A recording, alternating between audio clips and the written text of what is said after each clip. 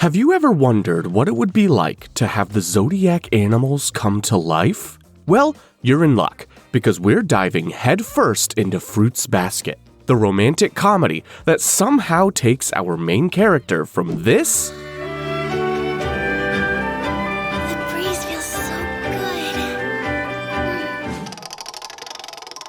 to this.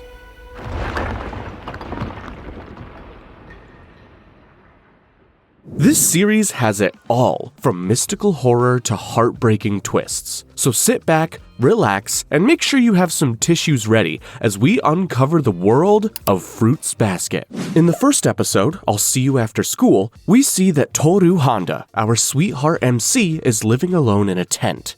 Sad stuff. There, she finds someone's zodiac figurines on the way to school.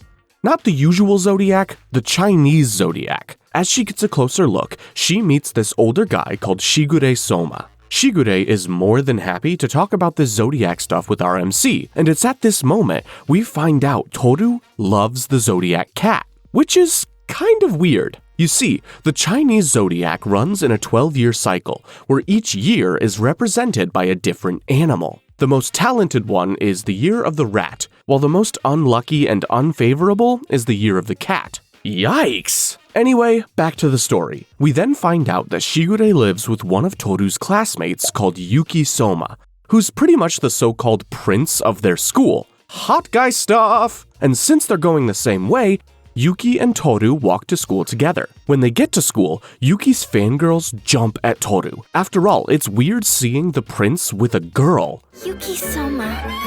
He's only a first year and he's pretty quiet, but thanks to his good looks, he's already like the prince of our school. But luckily, Tohru's saved by her two best friends, Otani and Hana. Her BFFs can't help gossiping about Tohru and Yuki coming to school together. It's weird, especially because Yuki once pushed a girl away for trying to hug him. After school, Tohru skips out on hanging with her friends to go to work instead. Oh, you go girl, get that bag! We then learn that Tohru lives alone in her sad little tent because her parents died. But Shigure and Yuki manage to find her a tent. It isn't that funny. Tohru begs them to let her stay where she is, but fate has other plans. Not only does Tohru come down with a fever, but a landslide literally crushes her tent. She has no choice but to stay with the Somas, and as that happens, Yuki leaves to dig out her tent, summoning an army of rats to help. Don't worry about me. Okay, yeah, he can do that because, well, the Soma family is all kinds of weird, you see. It's a family of members who are possessed by the animals of the Chinese zodiac. Yuki is possessed by the rat, and Shigure is possessed by the dog. Talk about a weird-ass power system. Anyway, we then see that Tohru is dreaming of her late mother along with a mysterious little boy. Interesting. Later, as Tohru moves into her new room, in the Soma house, a brash dude named Kyo Soma arrives to challenge Yuki to a fight. In the middle of all that chaos, Tohru hugs the Somas, turning them into animals. What the what?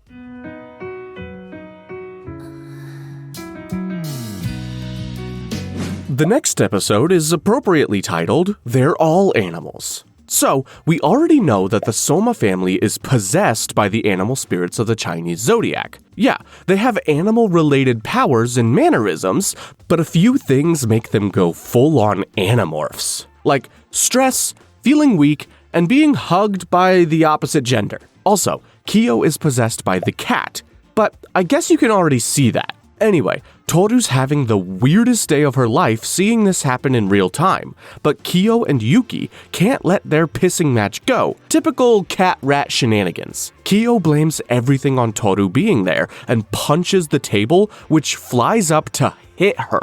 Yikes! Yuki, meanwhile, puts Kyo in his place by challenging him to another fight.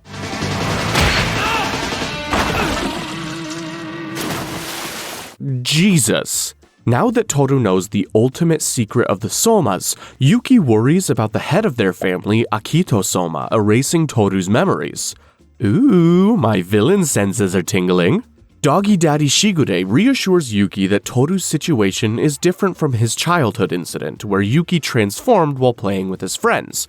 And, well, you can guess what happened next. At school, a nervous Yuki pulls Tohru aside to ensure she keeps quiet about the zodiac stuff. Clocking Yuki's tense vibe, Tohru just hugs him. I'm so sorry. It was an accident, I swear. I never do that on purpose. It's okay, just as long as no one saw. Well, at least her heart was in the right place.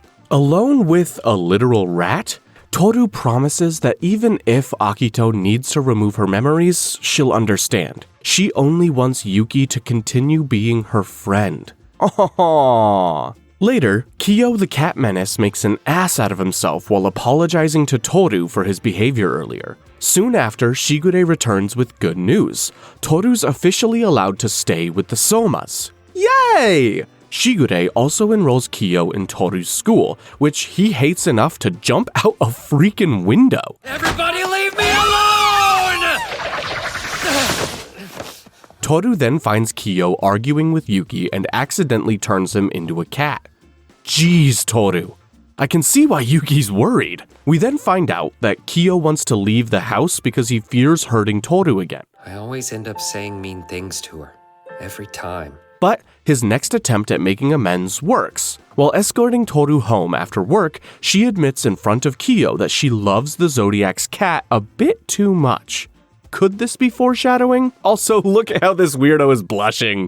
The next episode is called Let's Play Rich Man, Poor Man. Tohru's class plans to make rice balls for the school cultural festival. The class decides to go with Yuki's idea after unanimously rejecting Kyo's. So he has a tantrum and storms out of the classroom. He's just jealous of the most popular kid in class, and Tohru convinces him to calm down and play a game of Rich Man, Poor Man. Every member of the class agrees to join in the game, and they decide that the loser has to clean the classroom. But Yuki's not there to participate. He's held up by one of his fans confessing her love. You're really nice, Yuki. But you don't let anyone in, do you? I don't know if it's Yuki's rat-like aura or the Soma family charm, but his fangirls are relentless. Yuki narrowly escapes the encounter and catches up with Tohru. Kyo, who has to clean up after losing the game, picks another fight with Yuki, and you can probably guess how that ended. Just looking at you makes me sick. Tohru falls down some stairs on her way home from work. God, her clumsiness is so relatable. A random blonde kid tries to help her and ends up giving her a kiss. Tohru books it for home, accidentally leaving a school cultural festival flyer behind. Luckily, she runs into Yuki and they walk home together. Yuki admits that living at home feels more like a cage and it makes it hard for him to socialize with others. Unlike Kyo, who has always been more social. Tohru realizes that Yuki and Kyo resent each other because they're literally jealous of each other's attributes. She also learns about Yuki's hobby, a little vegetable garden. The more you tell me about your life and feelings, the better friends we can become.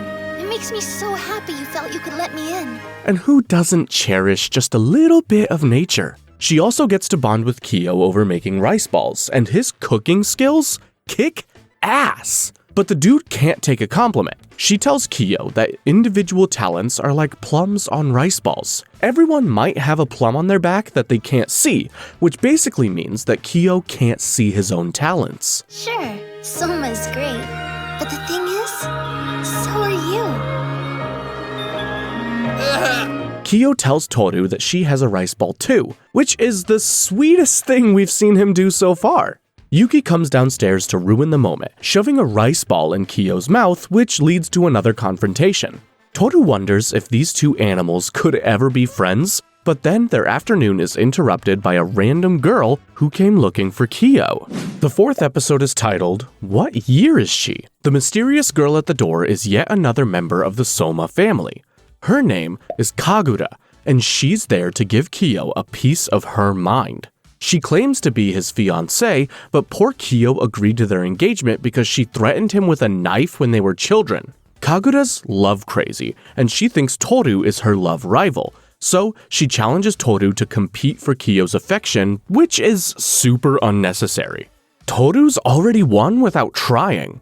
Kagura also mentions something about Kyo's true form that gets him real worked up. If you keep babbling on like that, you're gonna regret it. Kagura tries to fix her mistake by making dinner and ends up ruining it when Kyo doesn't attend. Tohru goes with her to get more groceries, where they get to talking. Kagura realizes how much Tohru admires the cat in the Chinese zodiac, which kinda explains why she likes Kyo the cat menace. The two girls become close friends, even later working as a team to cook. Kyo also confides in Tohru, sharing his excitement about martial arts training. He's been teaching me since I was just a little kid, which is why I've gotten so strong. Is this just about learning how to fight, or how to fight the rat zodiac? Like most felines, Kyo's mood changes with the day, and he starts harping on Kagura for sticking around. His hateful remarks get Kagura riled up, leading to her giving him a beatdown to remember. In all the chaos, she doesn't notice that a paperboy is nearby, and she ends up in his arms. She transforms into a boar, and Yuki skillfully keeps her transformation from being seen by the paperboy. Oh, I forgot to deliver your paper. Perfect save. But take a look at Kagura's boar zodiac form, and tell me that isn't just the cutest thing ever! Unfortunately, Kagura's time at Shigure's house comes to an end, but the day isn't over yet. Tohru receives an urgent phone call from her grandpa that threatens to tear her newfound family apart. The next episode is called I've Been Fooling Myself. We're right where we left off, with Tohru receiving the news that the renovations at her grandpa's house are now complete. Our girl is gutted, but she doesn't want to overstay her welcome with the Somas, and her grandpa's place is much better than her squashed tent. She breaks the news to her housemates over dinner, explaining how to manage the house now that it lacks a woman's touch. She gives them her new address and accepts that she can't be family with the Somas. She compares the situation to the fruits basket game she played as a child because she never fit in. So, if you've never heard of the real thing, it's a children's game, sort of like musical chairs. Instead of music, everyone's assigned a fruit, with one odd player out to call different fruit names. When your fruit is called, you have to stand up and race for the next open chair. I guess Tohru never had her fruit called out, huh? Bummer. That's right. I've never been the brightest light bulb. Life sucks at the Shigure's place without Tohru. The guys can't stop thinking about how happy they were with Tohru. Meanwhile, over at her grandpa's place, Tohru is ridiculed for living in an all-male home. Anything indecent. But her grandpa's a pretty cool dude, and he smacks the out of Tohru's cousin for insinuating that the Soma boys did something indecent to her. Grandpa can tell that Tohru's unhappy being here, so he tells her she doesn't have to stay if she has somewhere better to be. Tohru starts to reminisce about her time with the Somas, and as she struggles to make up her mind, someone arrives to sway her decision. It's time to go home. Then, we get a little flashback of what happened at Shigure's house. Kyo criticized Tohru's family for kicking her out during the renovations in the first place, but Yuki didn't stick around to hear him complain. He just took Tohru's new address and went to get her back, and it's not long before Kyo catches up. They overhear the nasty conversations inside Grandpa's house before eventually barging in. Yuki and Kyo make their case for getting her back. Your fault! If you didn't want to leave our place, you should have just said so! And Tohru decides that home is wherever these two are, and so they walk away hand in hand. This is some tooth-rotting fluff, and Tohru might be the sweetest rice ball I've ever seen. When they get back home, Shigure promises Tohru that she'll always have a place with them if she wants it. How sweet is that? The next episode is titled, Perhaps We Should Invite Ourselves Over. It's finally school festival day, and the rice ball stand is a raging success. We have Yuki dressing in feminine clothes to thank for that. Stop this! No pictures permitted without permission! I bet those fangirls of his are driving up those sales. Before he can make a career out of modeling, two family members visit their stand. One of them is a put-together guy named Hatori, and the other is a blonde boy who saw Tohru fall down the stairs in episode 3. That boy, named Momiji, throws himself into Tohru's arms and transforms into a rabbit. While Momiji's an agent for chaos, Hatori's arrived with a mission directly from their head of family, Akito Soma. Akito asked Hatori to take pictures of Kyo and Yuki. Talk about weird, especially at a high school event. Yuki warns Tohru to keep her guard up because Hatori can wipe people's memories. That is terrifying. If you ever see him again, it'd be best to avoid being alone with him. Witnessing Tohru interact with the Somas, Otani and Hana demand to know what's going on. Of course, Tohru can't tell them the whole truth. She tells them about living with the Somas. The girls are curious, so they plan a sleepover. To their surprise, they see how happy Tohru is. During the night, Tohru shares a childhood story about a boy who once helped her get back home after she got lost. Even after all those years, she still held onto the boy's cap. However, she's unaware that Kyo's eavesdropping on her conversation. If the two of you met again later and fell in love, it'd be an even better story. It's the type of setup from a romance novel. Otani and Hana leave Shigure's house, satisfied that Tohru is safe and in capable hands. Unfortunately, though, Tohru receives another phone call right before the credits roll, and it's much worse than a call from Grandpa Honda. It's Hatori, and he wants Tohru to visit him at the Soma family residence, alone. The next episode is called Spring Comes. Tohru makes her way to the Soma family estate. Hatori and Momiji get right to business, and fortunately, Hatori doesn't plan to steal her memories. He warns her to stop associating herself with the Soma family before their curse becomes a burden on her life. We're monstrous, loathsome, cursed. So listen when I tell you. Leave before you regret ever associating with the Somas. His request comes out of left field, but when he leaves to speak with a visiting Shigure, Momiji tells Tohru that Hatori had to wipe the memories of the woman he loved. Wow, okay, if that wasn't enough to make him a hard-ass, then I don't know what is. While on a walk, Tohru trips, and Hatori catches her without thinking. He transforms into, seahorse? This guy's supposed to be the dragon in the Chinese zodiac? Oh no, I'm so scared. As Tohru tries to find a fishbowl for the unconscious Hatori, he dreams about his former assistant, Kana Soma. Tohru Honda isn't the first person to react this way. They met 2 years before and dated for 2 months. Hatori couldn't hide the family secrets from Kana, but he had little choice when Akito threw a tantrum. For whatever reason, Akito disapproved of their relationship and nearly blinded Hatori in her rage. She gaslit Kana into believing Hatori's injuries were her fault, causing guilt and mental illness to take over her life. Unable to cope with the pain, she followed Akito's suggestion and had Hatori erase her memories. I'm sorry, Hatori. When Hatori wakes up in his human form, he overhears Kana passing by, who is now engaged to someone else. Damn.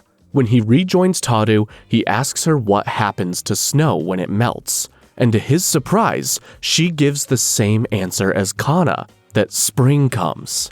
He realizes how similar she is to Kana and worries for her safety with Akito around. For the moment, all he can do is leave her in Shigure's care. On their way out of the Soma residence, Tohru gets a look at Akito and later asks about the curse. Will you tell me about the curse? But Shigure refuses to answer for the time being. For someone who likes to talk, it looks like the Zodiac's dog is on a short leash. The next episode is called See You When You Get Back. Tohru walks home with her friends for a change. Each girl invites Tohru to spend New Year's Eve with them, but she declines in favor of going back to Shigure's house.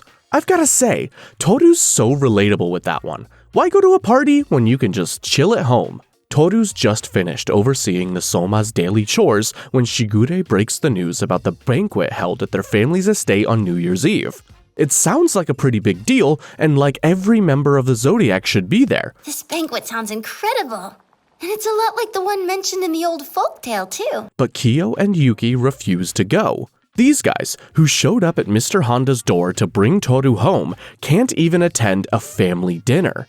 Their reasoning? Kagura and Akito will be there. Kyo doesn't want to deal with Kagura, while Yuki is scared of Akito. Tohru convinces them to go to the banquet anyway, leaving her to stay in Shigure's place all by herself. On their way out, they run into Hana, who chews them out for leaving Tohru alone on her first New Year's without her mom.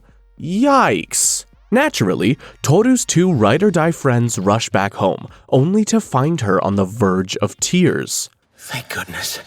If we hadn't realized in time. We almost let her cry through the new year alone. These three need to always come as a package deal, I swear. Tohru's been through enough. She needs her emotional support Zodiac members.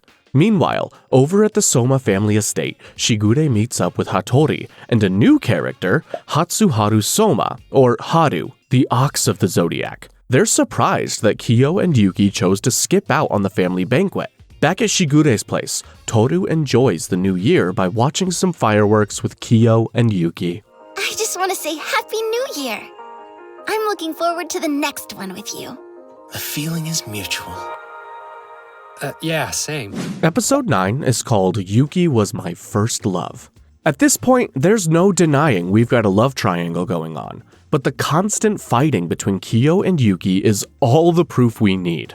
Unfortunately, their love for Tohru isn't strong enough to get their heads out of their asses when an argument has already started, so it's business as usual at Shigure's house. Yuki catches a cold by the time night rolls around, which impacts his plans to compete in a school running event. He's determined to go through with it, mainly to beat Kyo. Hope you're hungry, because you're gonna eat my dust!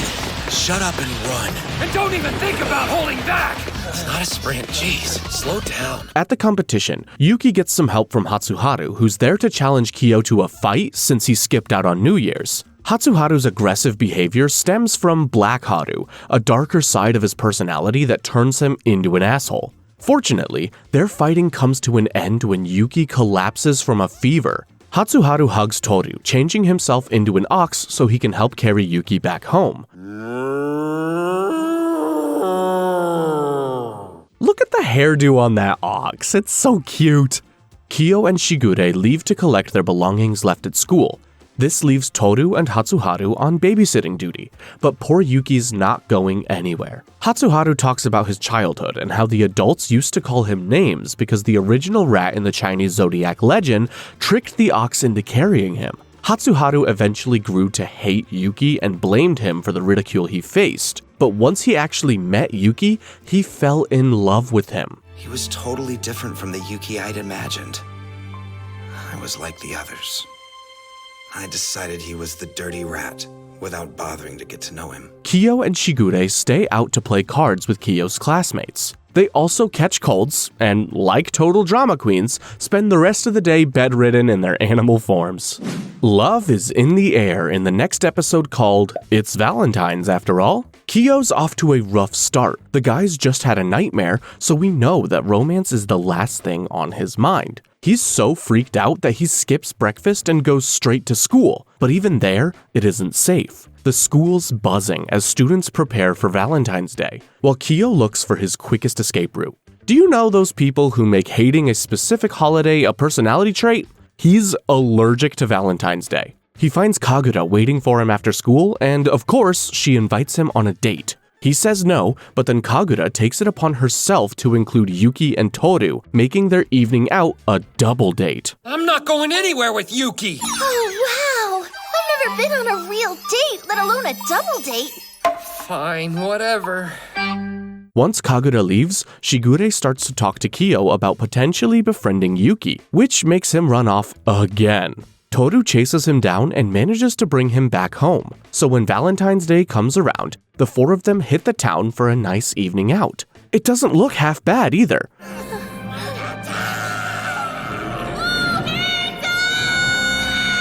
Well, at least the girls had fun. No one should have to spend Valentine's alone, so Shigure goes to Hatori's to gossip about the latest teen drama and to reminisce about their childhood dreams. Way to make it sad, Shigure. Shigure also makes a surprise trip to visit Akito, who he has feelings for? I will get what I want. No matter what lies I have to tell, or who I have to use. That night, Tohru gets the chance to meet Shigure's editor, Mitsuru, for the first time. Shigure's an author in a slump, and Mitsuru's unimpressed by his unfinished manuscript, believing it's nothing more than laziness. Mitsuru sounds more like a critic than an editor to me. The next episode is called This is a Wonderful Inn. The students celebrate White Day. a traditional holiday where the boys who received chocolates on Valentine's Day give gifts to the girls in return. Sounds nice, right? And the Somas like to repay their gifts in a big way. As exam season comes to an end, Momiji invites Tohru, Yuki, and Kyo to a hot spring for a much-needed break. Tohru's not someone who likes to discuss her financial situation, so the Somas assume she bought the chocolates she gave them with her earrings, and it guts them to know she sacrificed her limited wealth to make them happy. She shouldn't have felt obligated to give us chocolates. All it did was make life that much worse for her. She should have used it on clothes or shoes or her trip deposit. They shouldn't be so surprised. By now, they should know that she'll do anything to show her appreciation for her friends. Momiji tells a story about a traveler who gets tricked into giving everything they have to strangers. Afterward, the traveler gets eaten by demons who took advantage of her kindness. She gives away her leg, and then an arm. Before long, there's nothing left of her except for a head on the ground. Damn, Momiji! I get that you're teaching a lesson, but they should be relaxing, not having nightmares. They make it to the hot springs, and it looks like they're in for a weekend of relaxation. Tohru even gets a hot spring to herself before one of the hostesses of the resort joins her. They talk about Tohru's mother, before the hostess admits that her child is also a zodiac member. Specifically, the monkey. She hopes Tohru will be friends with them. Well, ma'am, you don't even have to ask. I mean, Tohru attracts members of the Soma family like flies. And as if to prove my point, Momiji drops another bombshell. He and Hatsuharu will attend Tohru's high school as first-year students. The school year's off to a great start in the next episode titled, "You Look Like You're Having Fun." Tohru's pumped about Momiji and Hatsuharu transferring to her school. The first thing on her to-do list is to find them, and since she can't go anywhere without her emotional support Somas, Kyo tags along. You should be more aware of your surroundings when you're alone. Otherwise, losers like that might take advantage of you. They see the new students along with the student council president, Makoto. The council president is allergic to fun and complains about Momiji and Hatsuharu's uniforms. Momiji's rocking the girl uniform, and Hatsuharu's accessorizing with some piercings and his two-tone hair. He gets away with the hair by pulling this move. Undeniable proof. I see there is still much to learn of this world. He didn't. He did. I bet the other first years won't have to worry about dress code violations after that stunt. However, Momiji and Hatsuharu aren't the only members of the Soma family showing up for the first day. Tohru catches Akito Soma herself lurking outside the campus. It's the first time we've witnessed Akito interact with other members of the family, and it couldn't be more terrifying. What would possibly make you skip New Year's with me? Don't you know how that makes me feel? Akito's presence alone sends the graceful and reserved Yuki spiraling before our eyes. He's all nervous in front of Akito because she's mistreated him since they were young. Tohru refuses to let Yuki suffer, so she ends their meeting by pushing Akito away.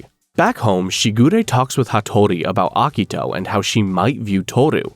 These guys know the head of their family's nothing but bad news. Later, Tohru plays badminton with her friends, but her curiosity about Akito eats at her. She's so deep into the Soma family drama, she can't help wondering which zodiac Akito might represent. Fortunately, spending time with her friends snaps her out of it, and she ends the day on a positive note. Episode 13 is called, "How Have You Been, My Brother?" On her way home, Tohru encounters a white snake that climbs up her dress.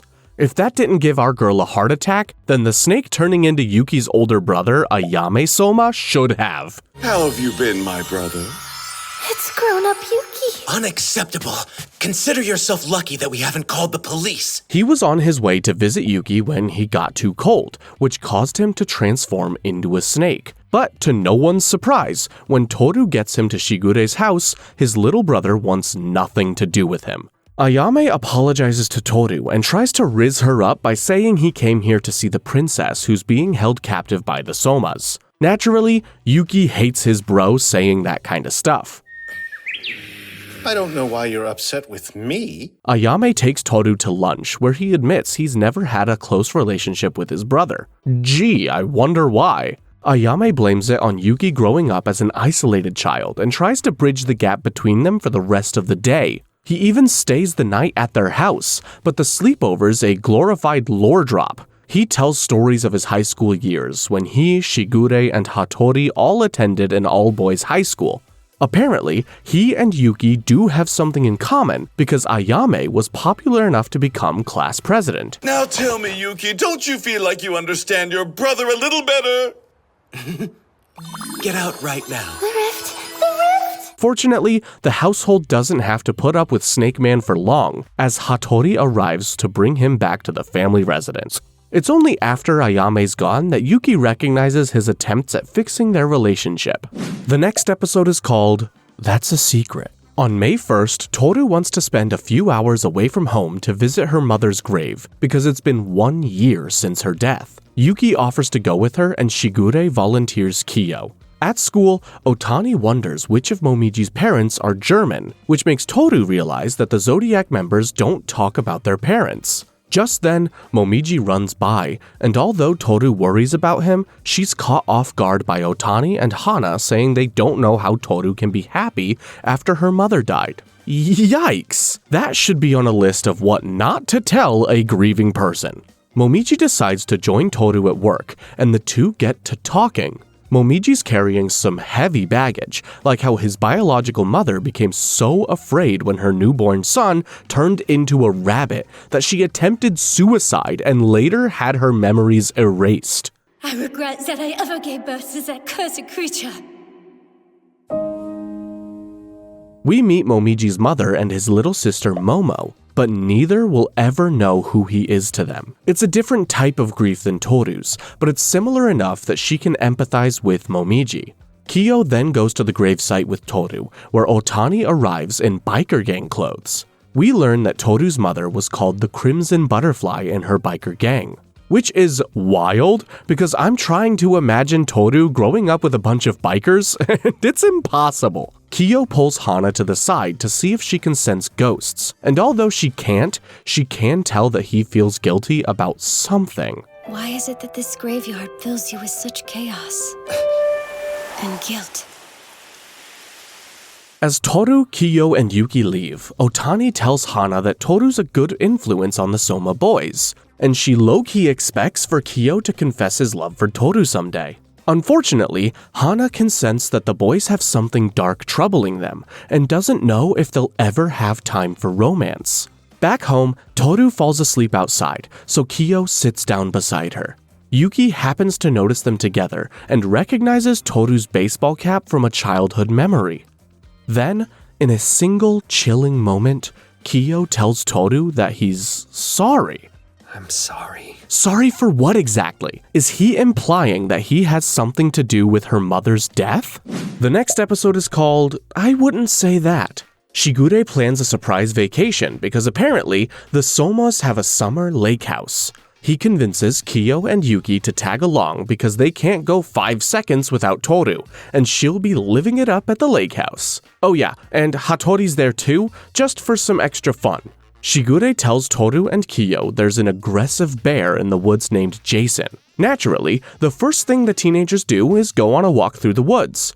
While they don't find any bloodthirsty bears, Tohru does start to spiral when Yuki and Kyo give her the silent treatment. So, she thinks they're upset with her. Please tell me what it was and I won't ever do it again.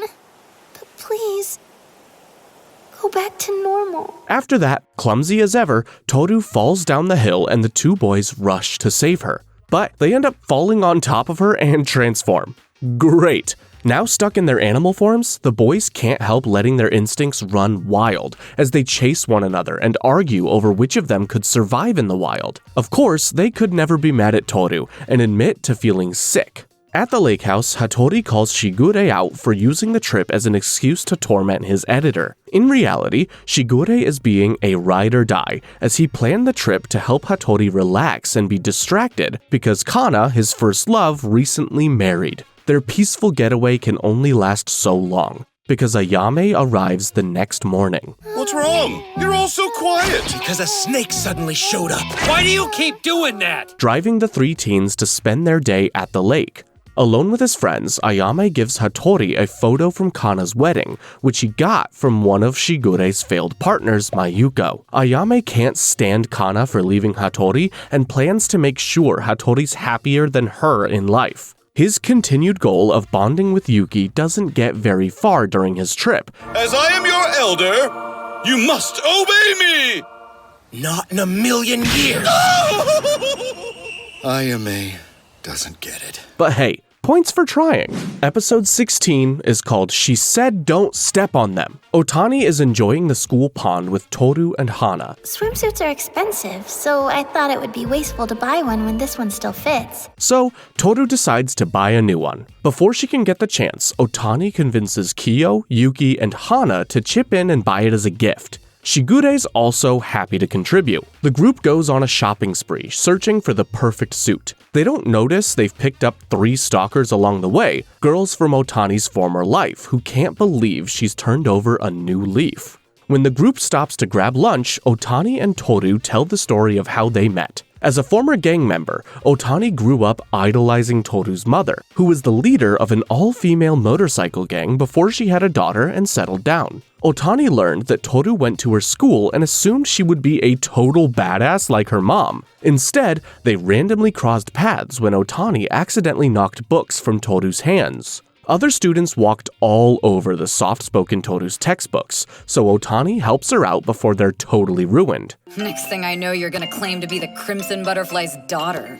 Yes, I am. That was my mom's title back when she was still active. After Otani saved her books, Tohru invited her over for dinner. Meeting her idol didn't go as planned because Tohru Honda was nothing like Otani expected. This, folks, is why they say not to meet your heroes. After storming out and rejecting Tohru's friendship, Otani was confronted by how out of place she felt in their loving home. She started fighting, stealing, and skipping school, a lifestyle that began when her mother walked out and left her with a deadbeat dad. The next episode is called This is for O-chan. Continuing where we left off, Otani's punk attitude lands her in a fight, and Tohru's the only one willing to help her afterward. Over there! Oh, crap. I'm only running because she just grabbed me. The Honda's peaceful home allows Otani to rest and feel safe for the first time. After that, she becomes a regular at Tohru's home as they become friends. Tohru's a good influence, so Otani goes back to school and starts hitting the books. People start to notice the pair hanging out, and it becomes a popular topic around the school. The teacher assumes Otani's harassing Tohru, which couldn't be further from the truth. Sometime later, Otani overhears students in her cooking class gossiping about Tohru. They assume that because Tohru's besties with a bad girl like Otani, her sweet girl act at school must be a lie. Maybe it'd be better for her if I wasn't around at all. If I distanced myself. She might be happier. Of course, Otani decides to end her friendship with Tohru then and there because she thinks it's the only way to protect her. Behind the scenes, Otani's making big moves, like attempting to leave her gang, when Otani nearly gets the snot beaten out of her. Kyoko shows up like a badass to save her life. Free of her previous life, she remains friends with Tohru to the present day. Speaking of which, back in the present, Otani confronts the group of girls who have stalked her shopping trip. She can tell they're on the same path she used to be, and encourages them to leave gang life behind, because there are better ways for them to show their worth. Stop acting out like this while you still can. If you want someone to scold you, I'm happy to do that anytime. Of course, she would have never reached that conclusion without accepting good people into her life, like the Hondas. The next episode is titled, What's Important Is. A newly introduced character, Kisa Soma, struggles to fit in with her classmates, leading to some intense bullying that pushes her into purposefully acting out. One day, she runs away, causing a family-wide search. Haru finds her as a tiger cub. He decides to take her to Shigure's house, running into Tohru and Yuki along the way. Tohru mistakes Kisa for a regular kitten, and I'll give her that one. Oh, what a cute little kitty! Saw that coming. Miss Honda, she's actually a tiger. She goes in for a pet only for Kisa to bite her. The group rushes back to the house to treat Tohru's injury. There, Haru tells them that Kisa is acting out because of her bullies, causing her to run away. This time, Tohru goes after her. Although Tohru puts her best foot forward in befriending Kisa, she ends up with her hand trapped in the tiger's mouth. Fortunately, Kisa's mom arrives to question her daughter and get to the bottom of her recent behavior. Tohru has experienced her fair share of bullies, so she suggests that Kisa probably didn't speak up because she didn't want to worry her loved ones. Maybe she's scared that you'll hate her. So she couldn't tell you what was happening, because she loves you. Kisa returns to her human form and hugs Tohru, finally making a breakthrough. Kisa stays at Shigure's house because she fears her mother's rejection. However, it turns out she has a very loving parent. Although Tohru inspires Kisa, she can't find it in herself to speak just yet. When Kisa comes back from school for the first time, Haru brings a note from her teacher that says she needs to learn to love herself before she can move on. However, Yuki disagrees, believing someone can only love themselves when someone else chooses to love them first. Kisa breaks her silence to agree with him. Even if we aren't ever friends, even if they keep ignoring me, I have to try. I have to change. And later, goes with him to pick up Tohru from work. When Tohru hears her talk for the first time, it's pretty clear that Kisa's found someone who loves her. With so much support surrounding her, Kisa prepares to go back to school and face her fears. Isn't that just awesome? We're moving right along with episode 19 titled, I'm So Sorry. Tohru comes home to find a new member of the Soma family waiting for her. Her name is Ritsu, the monkey of the zodiac. Yeah, the very one the hostess wanted Tohru to meet back at the hot springs. Ritsu could also use some new friends. She's chronically nervous and needs help rebuilding her confidence. Shigure encourages Ritsu to talk without panicking, which goes horribly wrong when Yuki and Kyo come home. You and Yuki are living under the same roof now.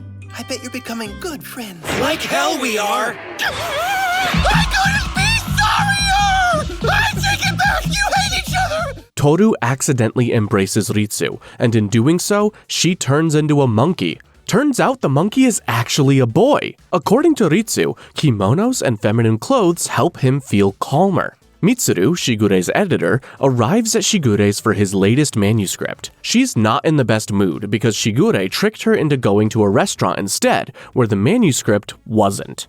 Shigure tells Ritsu to send Mitsuru away, convincing him that she's a stalker. Ritsu expects a violent confrontation, but he finds Mitsuru writing a suicide note instead. Man, this manuscript has really got her down. Obviously, Ritsu feels bad for her, and so do I. Fortunately, Shigure can't stop torturing Mitsuru long enough to give her his latest writing, but the complete copy gets ruined after Ritsu spills a cup of tea on it. Mitsuru passes out from stress, and Ritsu bolts for the roof. Believing he's done nothing but cause trouble for others, he nearly jumps, until Tohru convinces him to keep on living. It'd be nice if I could live for someone else. Later, Ritsu and Mitsuru bond over takoyaki and their personal struggles, becoming close friends. Aww! The following episode is called, I Can't Believe You Picked It Up. Another Soma comes knocking this episode, and he's not a fan of Tohru. The Soma family has such an obsession with Tohru that I didn't think we'd see the day when a hater would spring up. Tohru crosses paths with Hiro Soma while on her way to work. He randomly drops his shoe on the ground and demands she pick it up. When she does, he lectures her about needing to think for herself before suddenly stealing her wallet. Thanks for the amazingly boring experience. No, wait, please come back here. Hey, you don't understand. There's a picture of my mother in there. Seriously, where are these kids' parents when you need them? Momiji finds Tohru near tears because her stolen wallet had a picture of her mom in it. Tohru follows Hiro to get her wallet back, and she finds Kyo grilling him for his behavior. Fortunately, Momiji went to fetch Kisa, who tells him to give the wallet back. Hiro throws the wallet at Kisa, who doesn't understand why he's acting out. Apparently, Hiro's annoyed by how much Kisa talks about Tohru and doesn't give him as much attention. As punishment, Tohru hugs Hiro, turning him into a sheep. Oh, look at how cute he is! Clearly, Hiro's all bark and no bite, because he brings Kisa to Shigure's house anyway. He then demands that Tohru take them somewhere, and soon, the three are on their way to a park. Hiro comes clean about his actions and tells Tohru the dark truth. He fell in love with Kisa, but when he made his intentions known to Akito, she attacked Kisa. I'm a coward. Kisa got hurt because of me, and I didn't say anything. Not to her or Akito. Hiro puts distance between them to ease Akito's rage, but it kept him from stopping Kisa's bullies. Tohru reminds him that he's still a child, but one day he'll surely be able to protect Kisa. Hiro tries to act cool, but he just loves to hear that and promises to become someone Kisa can rely on. That's adorable. Things are heating up in the episode titled I Never Back Down from a Wave Fight. Yuki's fan club can't let his year-long friendship with Tohru continue. Motoko Minagawa, the club president, leads the effort. She wants to split Yuki and Tohru up, but thinks she needs to get Tohru's bestie bodyguards, Otani and Hana, out of the way first. Arisa Otani is bad news, but still human. But that Hanajima! She's a different story! She and her allies orchestrate a visit to Hana's home after school, where they can gather information on her and Tohru. There are so many holes in this plan. Like, why would Tohru's BFF tell her anything in the first place? Whatever. Hana catches on immediately, sensing that there's something off about the fan club's intentions, but she welcomes them inside her home anyway. I never back down from a wave fight. Now that's what I'm talking about! Hana warns them not to speak their real names in the house, but doesn't explain why, terrifying her guests before going to make tea. I love her! Alone in Hana's room, the fan club searches for anything personal, but when Motoko opens the closet, she finds Hana's little brother Megumi inside. Okay, not creepy at all. Hana asks Megumi to join them for tea once she returns. Motoko asks if Megumi can read auras like his older sister, but it turns out he can curse people instead. All he needs to know is their names.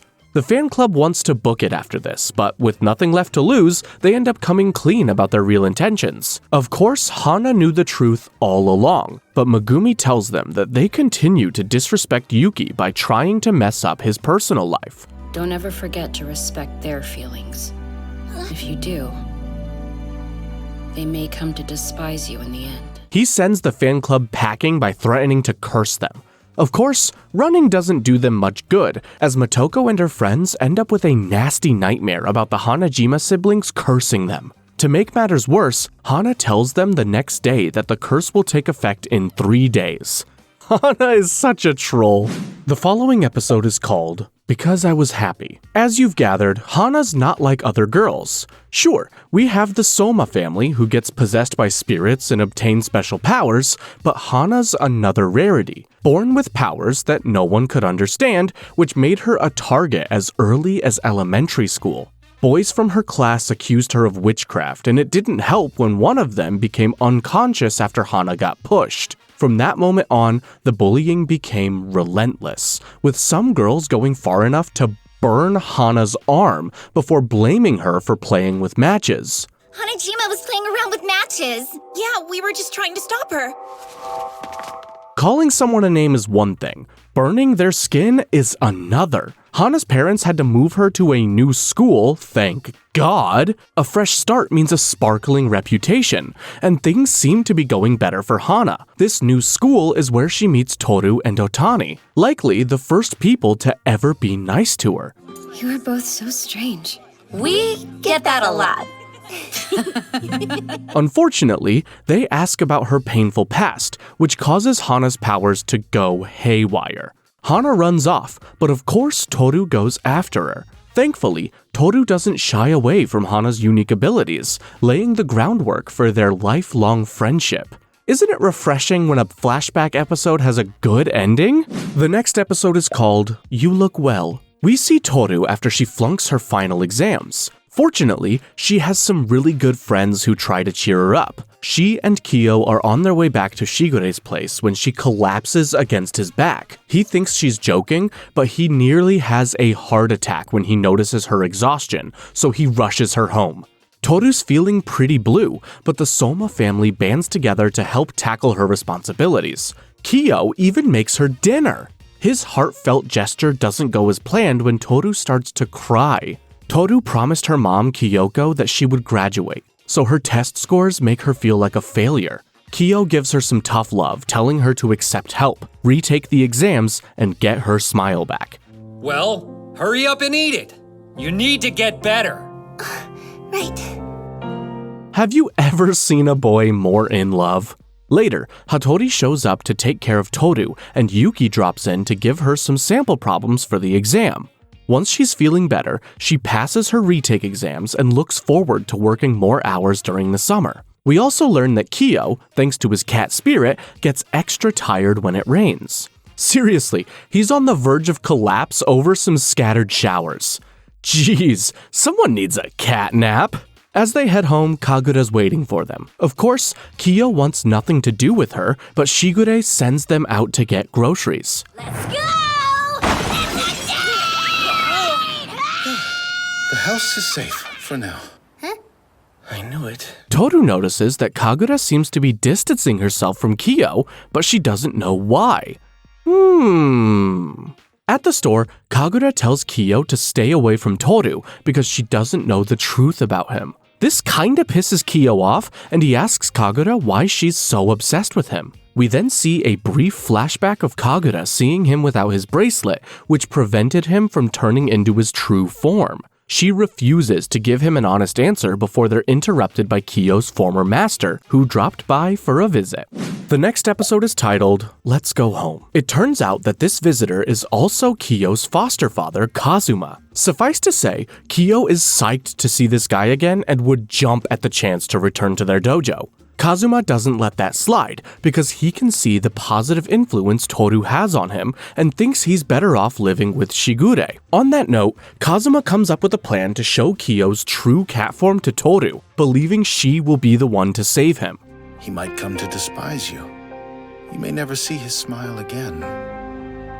Tell me, is that really a risk you're willing to take? The next day, he removes Kyo's beaded bracelet that sealed off Kyo's true monstrous form, as Kagura and Yuki watch from the sidelines. Terrified of Tohru's rejection, Kyo runs into the woods. But you know our girl will go after him anyway. Come on, her mom used to lead a biker gang, and one of her best friends might be a witch. What is wrong with you? You've got eyes, don't you? A nose too, right?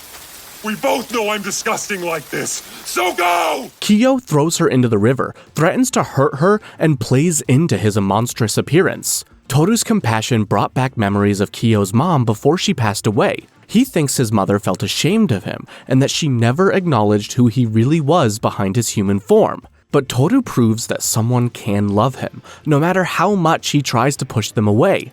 Tohru might be scared, but that doesn't stop her from holding Kyo and promising to stay by his side. The romance in this show is to die for. Kyo returns to his cat form, the cute variety, and Tohru carries him home. Why would somebody like you want to stay by my side? Why would you cry for me? Ugh. Fruits Basket is not gonna be the anime that breaks me.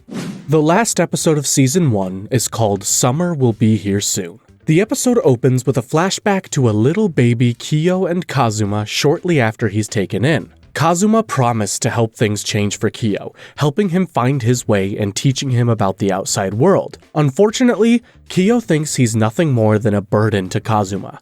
I don't need him to be my father. Not if it's just gonna hurt him. In the present, Kazuma leaves without saying goodbye, causing Kyo to make a mad dash toward the street. In the street, Kazuma tells Tohru that his own grandfather was the former cat spirit, but everyone treated him poorly, including Kazuma himself. When the chance came to take care for Kyo, he thought it a proper atonement. Except, it became more than that.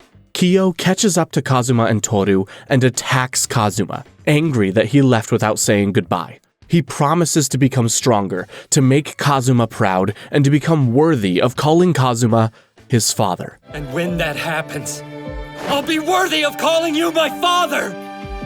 Then, Kazuma calls him son, and I think I need to lay down on the floor. While Kyo's making memories with his dad, Yuki's having a meltdown in his bedroom. He thinks about running away, but he doesn't let the intrusive thoughts win. At school, Tohru reflects on Kagura leaving in the night and Yuki acting distant. Haru confirms that Yuki's acting strange, but tells her not to worry before he hunts the rat down. Of course, Yuki won't tell anyone, including Haru, about Kyo's true form or what happened on that fateful night. Yuki finds Tohru later, promising that he's working hard to open up about his true feelings. He even wants to spend the summer making memories, ensuring that the love triangle's going strong. Kyo and Yuki are trying so hard, and they're growing into such wonderful people. It's like they change a little every day. Two mysterious strangers take an interest in Yuki as he leaves with Tohru, where they meet up with other members of the Soma family for a lively dinner. Interesting. The first episode of Season 2 is called Hello Again. I can't believe we're starting the season off with Motoko Minagawa. Of course, Yuki is the new student council president, which means he's going to work closely with other female students. The lovesick Motoko believes these student council members are competition for Yuki's love, because everyone has to have a crush on him. At least, that's what Motoko likes to believe. Anyway, Shigure's jealous of Kyo and Tohru because he's now old and he's sad about it. He reminds them to appreciate summer break while they have it because they'll miss it as adults. You know, the cliche thing our parents tell us that we think is annoying until we grow up and think they were right. Not much has changed over the summer break, and Yuki takes a go at Kyo when his guard is down, with Tohru begging them not to fight. Please don't fight, you guys! I don't want you getting hurt! Then watch what you're doing! Business as usual. With the school year starting up again, Yuki has to spend some extra time preparing to become the student council president. It's kinda a big deal. While at the school, he gets to meet his lazy vice president Manabe and his anxious treasurer Machi. Nope! Stop right there! There's no need for you to introduce yourself, Yuki Soma. By the way, I'm a second year. Do they look familiar? Yeah, they're those weirdos who clocked Yuki in the season finale. Man, they must be stoked about the student council. Yuki also has to put a stop to Motoko's antics, but she's still not ready to give him up. It's shaping up to be an exciting school year. The following episode is called Eat Somen with Your Friends. Now that they're third years, Tohru and her friends need to start getting serious about their futures. Tohru is keeping it simple by only wanting to find a job after graduation. Otani suggests she get married instead, giving Kyo and Yuki as potential options. She's even willing to threaten their lives if they think Tohru isn't good enough. Now that's a real ride or die. I could surprise all of you and be the first of us to tie the knot. I pity the poor guy.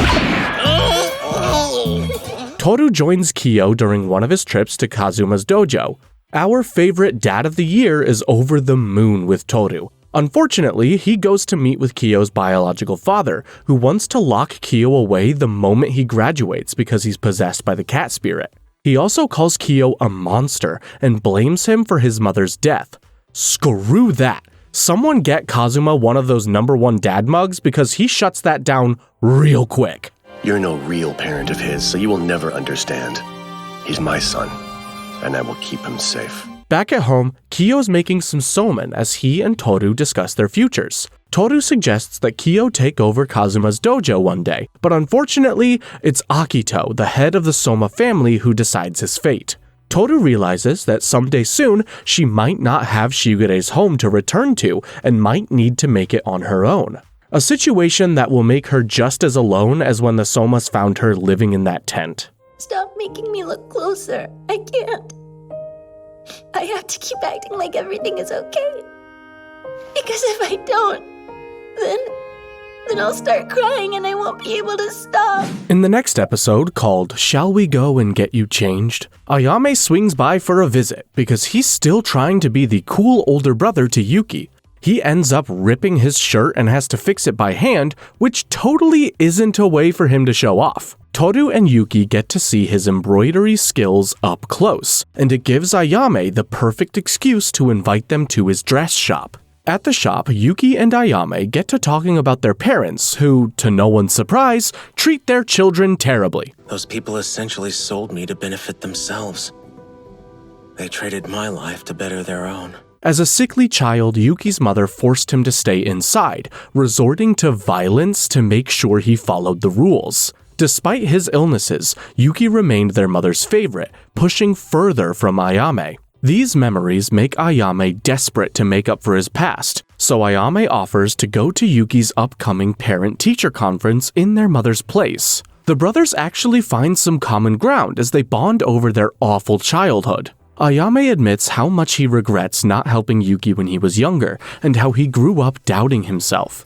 Those feelings helped him want to create something meaningful, like dresses, and Yuki accepts that side of Ayame. As they finally learn to understand one another, Ayame's assistant Mine helps Tohru put on a little fashion show. You do look very cute in that dress. Me? Yuki can't help but compliment Tohru, which pleases Ayame to no end.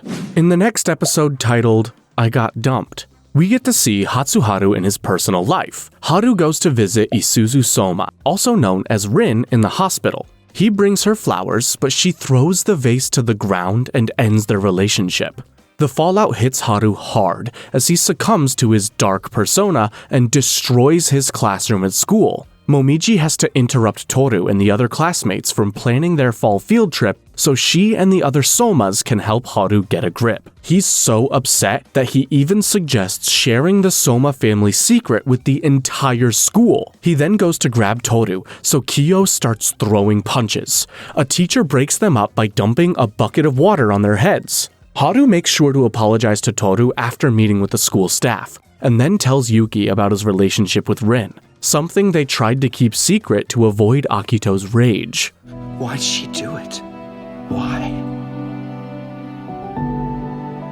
Even now, I want to see her. While he's not handling the breakup well, he's not the only one with relationship issues. While Kyo could be honest about his feelings, he's consumed by the thought of hurting Tohru one day, if he didn't have his bracelet to keep the monster away. It turns out that Haru's behavior got him suspended from school, so Yuki goes to visit him at the Soma family residence. Going back home makes him relive some awful memories, but he can't dwell on them for long because one of the family's servants intercepts him, claiming that Akito's very disappointed in his recent behavior. That ominous warning aside, Yuki makes it to Haru's room, who's surprised to see him. Instead of getting discouraged, Haru plans to do whatever it takes to get back with Rin. Maybe he wants Yuki to be honest about his feelings too, but not everyone has the iron will of an ox, so Yuki tables opening up to Tohru for another day. Episode 5 is called Wait for Me, Tororo Soba, and we find Otani hard at work in a convenience store. She meets a new character who reminds her of Tohru because he's super clumsy and manages to knock over his stack of items. Seriously? Oh my gosh, you totally just pulled a Tohru! Meanwhile, Momiji, Tohru, Haru, Yuki, and Kyo try their luck at a haunted house. Tohru hates the experience until Haru encourages her to make up stories about the house, making the props feel less scary. Unfortunately, he takes it too far and rips the head off one of the displays, landing the entire group in the manager's office. Fortunately, the manager is so moved by Haru's story that they're let off the hook. I don't know the last time I was so moved. Him too? Is everyone around here an idiot? Otani moves on to her second part-time job, where she runs into the same man from the convenience store. They get to talking and he invites her to lunch, introducing himself as Kureno. Lunch goes south when Kureno calls her out for belittling her emotions, and Otani storms out when she gets overwhelmed by how happy he makes her. Kureno can't let their first date end like that, and damn, does he leave an impression. That look and that touch, he felt something too. Unfortunately, Kureno's an older guy, so he doesn't have much business flirting with a high schooler. Hana and Megumi even suggest that he might be married, but the topic turns to Tohru and how they hope to crash her first date. Unaware of her friend's plans, Tohru cooks dinner while she and Momiji tell Shigure about the haunted house. We then go back to Kureno, who can't stop thinking about Otani. He wants to see her again, but he's a little preoccupied answering to Akito. You didn't get into any trouble while you were out, did you? Of course not. Talk about coming out of left field. Who the hell is this guy? And can Megumi curse him for me? The next episode is called, Are You Really This Stupid? At Shigure's place, a storm blows in. But not to worry, Momiji always brings some sunshine with him when he comes to visit. He reserved a summer home for the Zodiac members to spend their holiday. Before Tohru can hit the beach, she has to hit the books. While helping her study, Yuki asks about Tohru's blue baseball cap. She says it belongs to someone who helped her when she got lost as a child, and although she can't remember their face, the memory of the hat makes her happy. Tohru and the Somas prepare to leave for the beach, but Shigure backs out at the last minute. He promises to show up later, and once he's alone, he tells Rin to come out of hiding.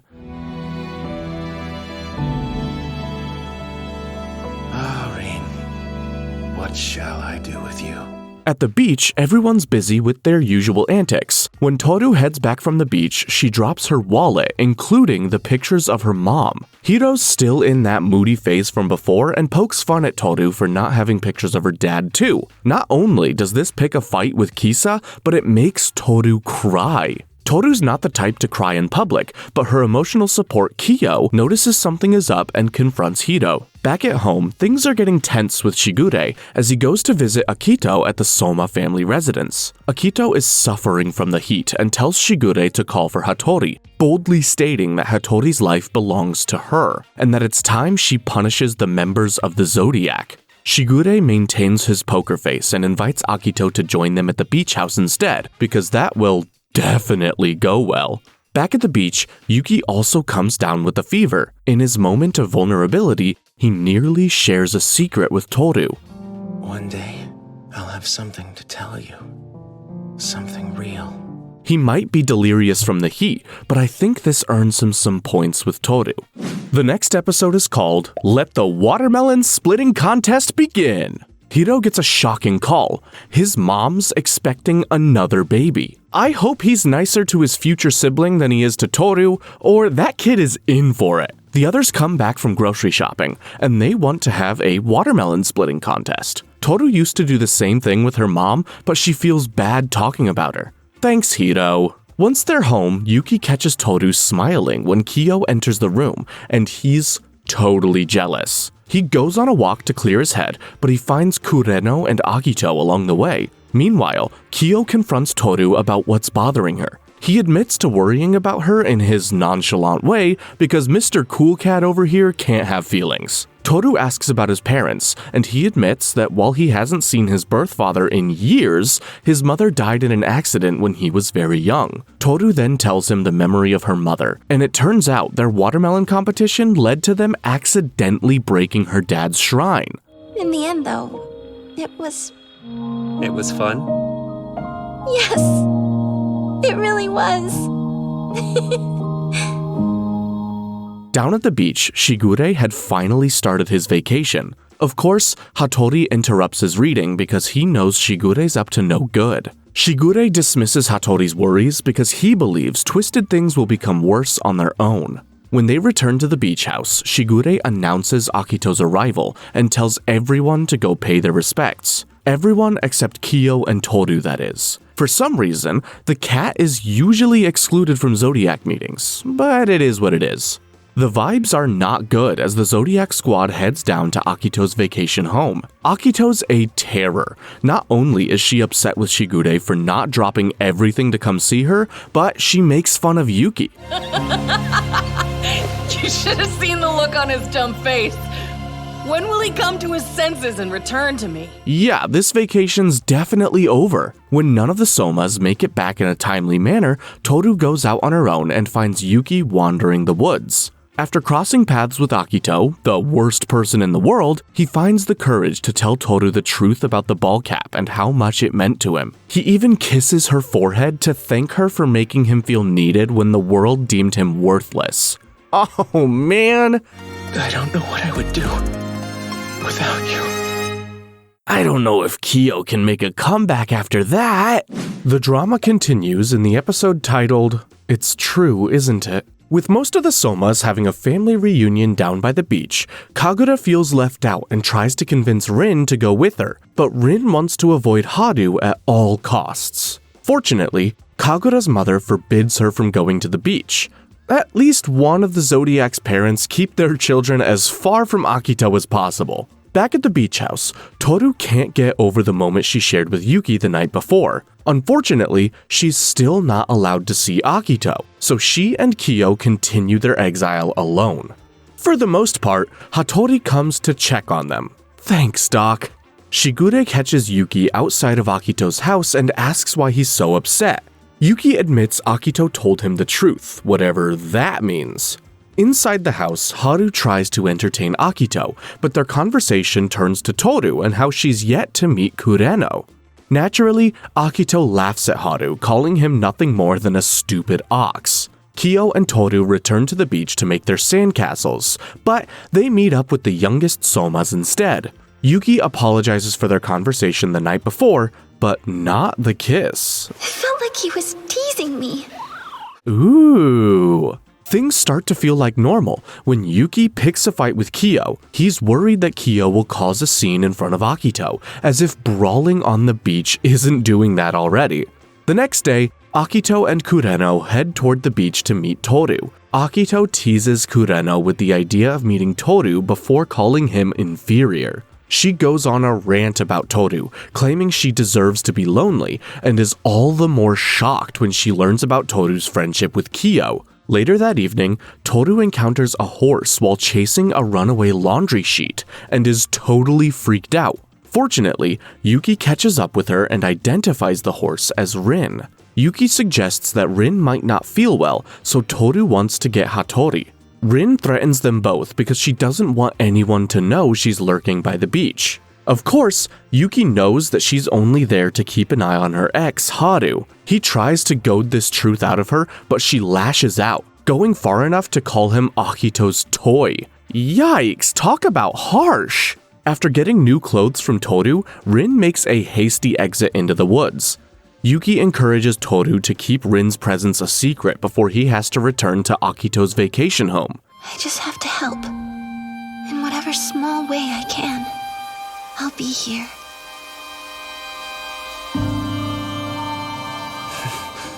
However, things take a twist when Akito tells Shigure to summon the most hated zodiac member of all, Kyo. The next episode is called So Precious. And Kyo is being a romantic, thinking about how much he loves his name when Tohru says it. Why can't he just say these things out loud though? Tohru also speculates that Akito must be the Zodiac's rooster, because that's the only member she's yet to meet. They're interrupted by Shigure, who tells Kyo about his official summons. Toru's happy for Kyo, but he knows this is bad news. Kyo and Yuki find themselves outside Akito's home, and they're mad at one another for leaving Tohru alone. Unfortunately, neither of them can turn down Akito and go back to be with our girl. As it turns out, Akito wanted some alone time with Kyo to trash talk him. You're a monster, Kyo. A freak. And because of your twisted nature, your mother is dead. Seriously, it's pretty degrading stuff. Apparently, Akito agreed to accept Kyo into the Zodiac if he beat Yuki in a fight. But if he fails to do so before high school graduation, then Akito will lock him away forever. Akito really starts to draw out some of Kyo's trauma. Akito blames Tohru for Kyo believing he'll ever become something more than a monster. Yikes! Kyo's not buying this for a second. It's obvious how much he loves Tohru and that she's helped him feel like a person worthy of love. Akito hates happiness though, so she slaps him across the face and reminds him that it would be easier for everyone if he disappeared. Kyo then denies loving Tohru to protect her, but I think the damage is already done. What right do you have to fall in love with anyone after you killed your own mother? I won't forgive you. On his way back to the house, Kyo questions why he's even still alive, until a memory from Kazuma and his time with Tohru reminds him that he's not only loved, but capable of having people who care about him in his life. Kyo finds Tohru on the beach. Despite Akito's wrath and jealousy, Kyo decides he'll spend as much time with Tohru as he can before they're separated forever. You're hopeless, you know that? I want to be with you. Until we're separated for good. Damn.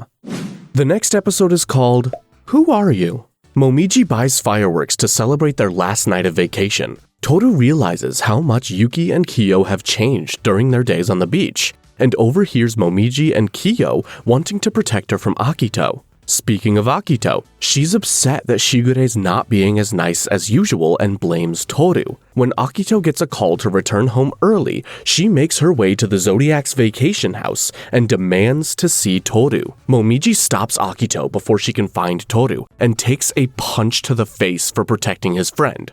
You just want to get the upper hand! To define me using your own twisted logic and paint me as a villain! Unfortunately, Tohru walks in at the worst time, witnessing the whole thing. Tohru puts a stop to this abuse, but Akito drills into her. She insists that Tohru isn't special and has no right to interfere with the Zodiac. More importantly, Akito reveals that she represents the Zodiac god at their eternal banquet. She also throws in the fact that she plans to lock Kyo away after high school is over. Akito attacks Tohru, and none of the Zodiac members can bring themselves to stop it. I am the master of their hearts and souls. They belong to me. Understand?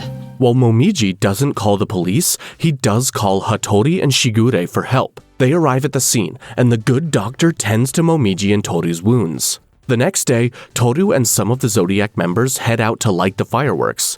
Hiro wants to know about her new injury, but she lies and says she fell. Is it just me, or has this show gotten super dark all of a sudden? Kyo breaks up some of the drama by sharing a memory about his first time with fireworks, thanks to the #1 dad of the year, Kazuma. As the fireworks light the sky, Tohru decides she'll do anything to free the Zodiac members from their curse. Yuki shows up to keep her company and promises to cherish the memories of their summer together. The next episode is titled All Mine. Kagura hears that the others came back from vacation, so she heads to Shigure's to see Kyo. Unfortunately, the Shigure household made it home to find Ayame there, who totally wrecked the place. Ayame feels terrible for not being there to protect Yuki from Akito and tries to comfort him. Tohru talks to someone on the phone, and some internal dread starts to kick in. Apparently, Kazuma wants her to visit him at the family estate. Tohru asks if he knows how to break the Zodiac curse. Of course, if he did, I think he would have done so by now. He encourages Tohru to keep smiling and knows that no one can stop her from opposing Akito now that she's put her mind to it. They feel that irresistible pull, and a single word of rejection from Akito's lips makes them feel like they're being torn apart from the inside out. Kagura catches Kyo on his way to Kazuma's dojo, and Kyo admits that he needs to tell her something. But she strong-arms him into a date as a precondition before she can listen to whatever he has to say. Rin, who is definitely stalking Tohru at this point, shows up and tells her to stop spending time with the Somas. Yeah, like that's gonna happen. Kazuma suggests that Rin's there for information on how to break the curse too, but she's not interested in working with Tohru. Kyo meets up with Kagura for their date, and she takes him to the park where they first met. There, she admits to using Kyo as a child to make herself feel better. She knew how others treated him as the cat Zodiac, and she liked knowing that someone else had it worse off than she did. That way, even when she had a bad day because of her own troubles, she could think about him and be grateful that her life didn't compare. She's totally right, but that's beside the point. Kagura feels bad about using him and running away when she saw his true form. She spent every day trying to make it up to him, which is why she loves him so hard. Chasing you wasn't about you. It was always something I did for my own sake. Kyo thanks her for being his childhood friend and admits that he doesn't love her, or anyone for that matter. Whatever you say, Kyo. Kagura breaks down crying because she really does love him. While it might not have been the ending she wanted for them, Kagura still has a friend in Kyo. And that's a wrap on Kyo's one-sided fling, which means things might change between him and Tohru. The next episode is called You Cried For Me, and we get to spend some time with Mayuko Shiraki, Shigure's ex mentioned during the Soma's vacation in the first season. As it turns out, she's a school teacher and the best friend of Hatori's ex-girlfriend, Kana. Anyway, she gets a call that her father's in the hospital and agrees to watch her family's bookstore. There, she finds photographs of her with Kana and Hatori before Shigure arrives for a book he ordered. Since Mayuko and Shigure are kinda like exes, that makes things a little awkward. when Kana introduced Mayuko to Hatori for the first time. It turns out that Mayuko had a crush on Hatori at the time, but she wasn't sure how to steal her friend's man. When Kana later introduced Mayuko to Ayame and Shigure guessed that she liked Hatori. You should just steal him. I want them to be happy together. So happy that it shows me how ridiculous it is for me to want him. And when she decided not to pursue her crush, Shigure asked her out instead. Unfortunately, Akito ruined everything, and after hurting Hatori's eye, things started to go downhill. Once Mayuko and Shigure broke up, Kana encouraged Mayuko to go out with Hatori. Jeez, and I thought Tohru's love triangle was complicated. In the present, Shigure tells Mayuko that she should start dating again. Conveniently, Hatori arrived to pick up a book Shigure ordered for him. That sly dog set them up. Unfortunately, Hatori's book isn't ready yet. The next day, Mayuko's mother gets out the book as Hatori arrives, and to escape her mother's probing questions, Mayuko goes outside with it. Alone with Hatori, Mayuko picks up on his bad vibes and cries when he says he isn't cut out for happiness. I couldn't do it myself, so you cried for me. Thank you. Right! Glad I could help you with your issues or whatever. Much like Kyo and Kagura, Hatori seems comforted by someone caring about him so much.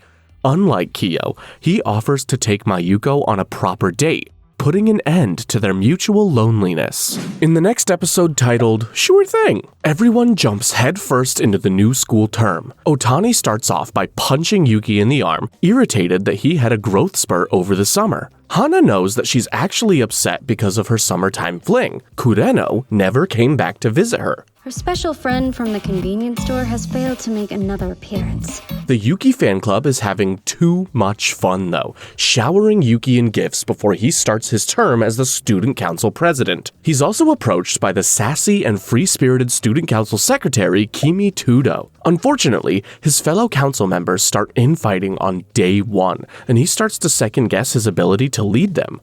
The Yuki fan club has it out for Kimi, which might get them off Tohru's back. Unlike Tohru, Kimi doesn't mind the negative attention, and she's more than happy to rile up the fan club. What's even better is her role as the student council secretary, meaning she'll have plenty of time with Yuki. Speaking of Yuki, he and his vice president Manabe go around the school to talk with other clubs. Yuki offers to help the garden club because they don't have many members, and we know this dude's got a major green thumb. Unfortunately, it's hard for him to enjoy some extra gardening time because Manabe is like a combination of Ayame and Kyo, which is a recipe for disaster. Yuki can't help feeling jealous of Manabe's casual demeanor and natural charm, while Manabe interprets Yuki's comments as lectures. Things reach a boiling point when Manabe calls Yuki out for his crush on Tohru before boldly claiming he'll have his heart broken because of Kyo. Yuki's constantly comparing himself to others, and the thought of losing Tohru to Kyo must not sit well with him because it makes him super insecure. The most difficult person of all is me. Turns out I do have a villain to fight. Myself. Fortunately, he's mature enough to admit some of this out loud, which clears up their misunderstanding. Manabe even apologizes and helps Yuki garden.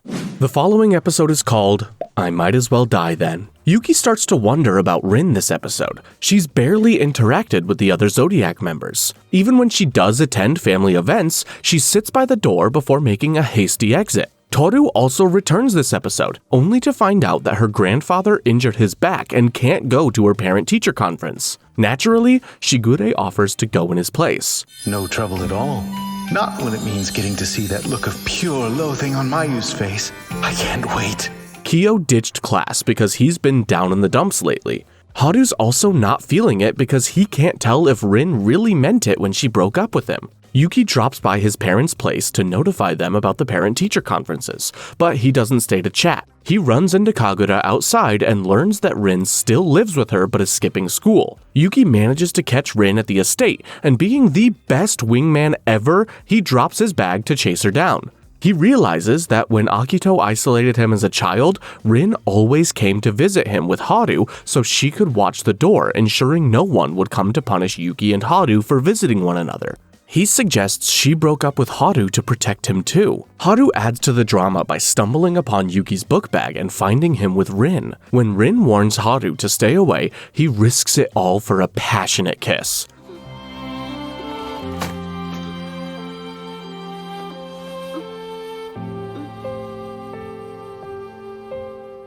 Of course, Rin slaps him and runs away. He tells Yuki not to worry about Rin and instead focus on his new responsibilities with the student council. Meanwhile, Tohru took a trip to visit her grandfather, who admits he had a strained relationship with her father Katsuya, until Kyoko helped bridge the gap between them.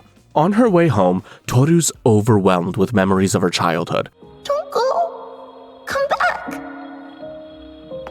No, Mommy too. Don't take her with you.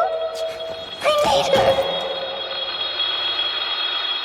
What's wrong? She crashes out, but not to worry, because Kyo's back and he's here to comfort her. Also, Haru takes a trip to Shigure's house to ask about Rin's recent visit, but it seems like Shigure's keeping his cards close to his chest. He's definitely up to something. I can only hope that it doesn't involve bringing Akito home for dinner. The next episode is called See Ya Later, where we see the students bracing themselves for some awkward parent-teacher conference. Yuki's parents don't even show up. I also didn't consider the fact that Tohru's teacher Mayuko is Shigure's ex, but he definitely did, because he shows up looking sharp in a brand new suit. What is this? It's like a cold front blew in from out of nowhere. Tohru tells Shigure and Mayuko that her aspiration is to get a full-time job and move out of Shigure's house. Shigure then kicks her out of her own meeting to speak with Mayuko alone, where Mayuko calls him out for wearing Hatori's outfit. She also tells him to be more mindful of Tohru and how hard she works, and she's so right. Tohru catches up with Otani and Hana outside, and they run into Kyo. Of course, he's there with the MVP of this anime and the #1 dad of all dads, Kazuma. Oh, well. He doesn't look anything like Kyo, but he Incredibly is handsome.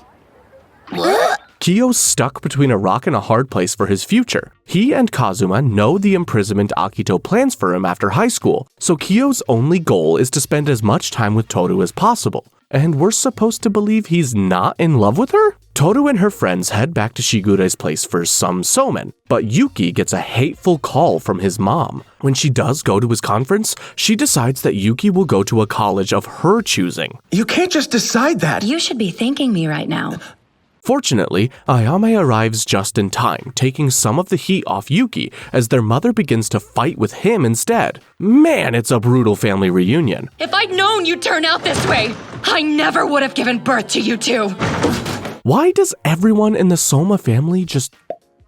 Yuki works up the courage to stop his mother in the hall. Not only does he plan to make a life for himself, but he will attend a college of his choosing. That's what we call character growth, ladies and gentlemen. Yuki catches Tohru's eye in the hall, acknowledging that she's the one who helped him find his inner strength. Before he can thank her, his other student council secretary Naohito arrives to drag him off to the student council room, where Ayame's holding a conference with the students. The next episode is called Ask Him For Me. Momiji finds out that he can't take violin lessons anymore because his little sister Momo receives them from the same instructor, and he can't afford to be seen by members of his family. Although his biological dad remembers him, his mother doesn't, so he and his father have to take precautions to keep the two siblings separate. Meanwhile, Tohru takes it upon herself to track down Kureno at the Soma estate. As she circles the estate, Tohru bumps into Momo, who sneaks her through a hole in the wall. Momo talks about meeting Momiji, and even though she's forbidden from talking to him, she still wants Momiji to become her big brother. Go ask him. Ask Momiji if he'll be my big brother, please. Kids, man, there's no fooling them. Tohru makes it to Momiji's place, where she spills the beans about Momo and her desire for a brother. Momiji thanks her for telling him, as the news makes him very happy. He promises to play Momo a song at some point in the future. Momiji gives Tohru a map to help her find Kureno, but she ends up running into other people and panics, hiding behind a bush. Our girl is in danger. Why not come join me for some tea? No, I really ought to get back. Akito will be worried. Kureno might not out her to Akito, but he does threaten to call the police. Not that Tohru cares, she's there for Otani. She gives Kureno Otani's phone number, then holds her hand out for an arrest. but Kureno's not a snitch and lets her leave with Momiji. Back home, Tohru hides out on the roof until Kyo finds her. She admits that her adventure doesn't go well and starts talking about how having someone special in your life makes you want to be near them. Naturally, Kyo thinks she has a crush on someone and tells her that if she does fall in love, he'll support her. Oh, my heart! Tohru starts crying without knowing why and decides she'll keep wishing and fighting for the zodiac to be free. Hey, Kyo. What do you wish for? Well, right now, for someone to quit crying. Aww. Episode 17 is called You Will, I'm Sure. In this episode, the senior class prepares for a field trip to Kyoto.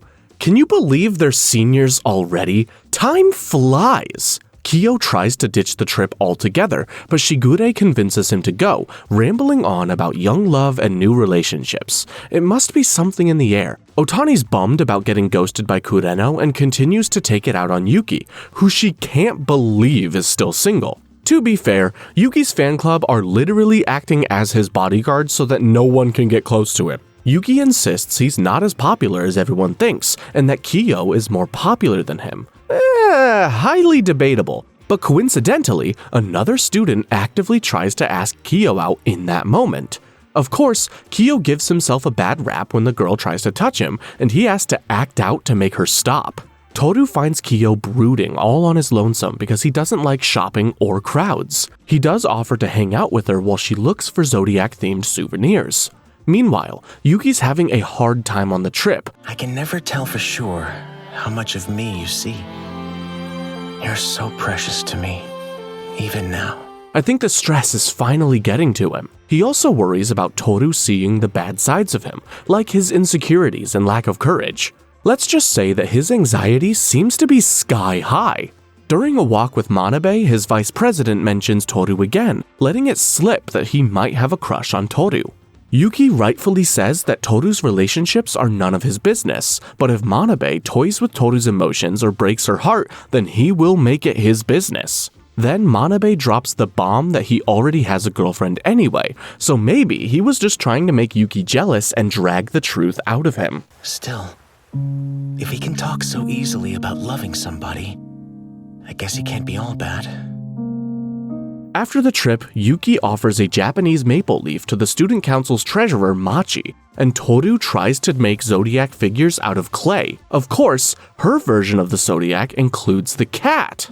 The next episode is called Do You Want a Kiss? We get an update on Hiro's mom at the beginning of the episode, who plans to keep the gender of her next baby a surprise. Meanwhile, Hiro notices Rin passing by and asks if she's alright. She's looking a little pale, but Rin brushes him off. Our poor little lamb is weirdly worried for someone who isn't Kisa, but Rin says he only cares because he saw her get injured in the past. More on that later. Rin is starting to give up on breaking the Soma family curse, but in one last-ditch effort, she visits Shigure to gain more information. He's pretty chummy with Akito, and if anyone will know her secrets, it would have to be him.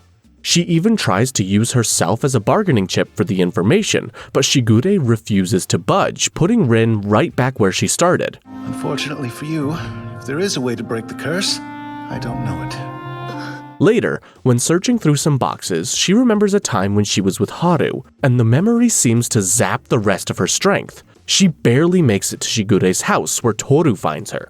Rin starts to talk about her picture-perfect childhood. It was all fake, of course, as her parents viewed her as a burden. Her best friend in childhood happened to be Haru, who once found her collapsed in the middle of the street. When her parents showed up at the hospital, they don't comfort their daughter. They demean her and say they don't want her. Come back! Apologize! Apologize to Rin! Tell her you're sorry! Hey! Rin continues to talk about her childhood, where she moved in with Kagura after getting out of the hospital. She spends more time with Haru during this time, and they inevitably fall in love. I want you and no one else. Unless you don't want me. Is that what you're saying? Everyone, brace yourselves for what I am about to tell you. Akito finds out that Rin and Haru are dating and pushes Rin off a 2-story balcony. That isn't even the worst part. Rin lands on a rock. Obviously, Akito's willing to kill the Zodiac members to maintain control of the group, so Rin's hell-bent on breaking the curse. if only to ensure Haru can live a happier life.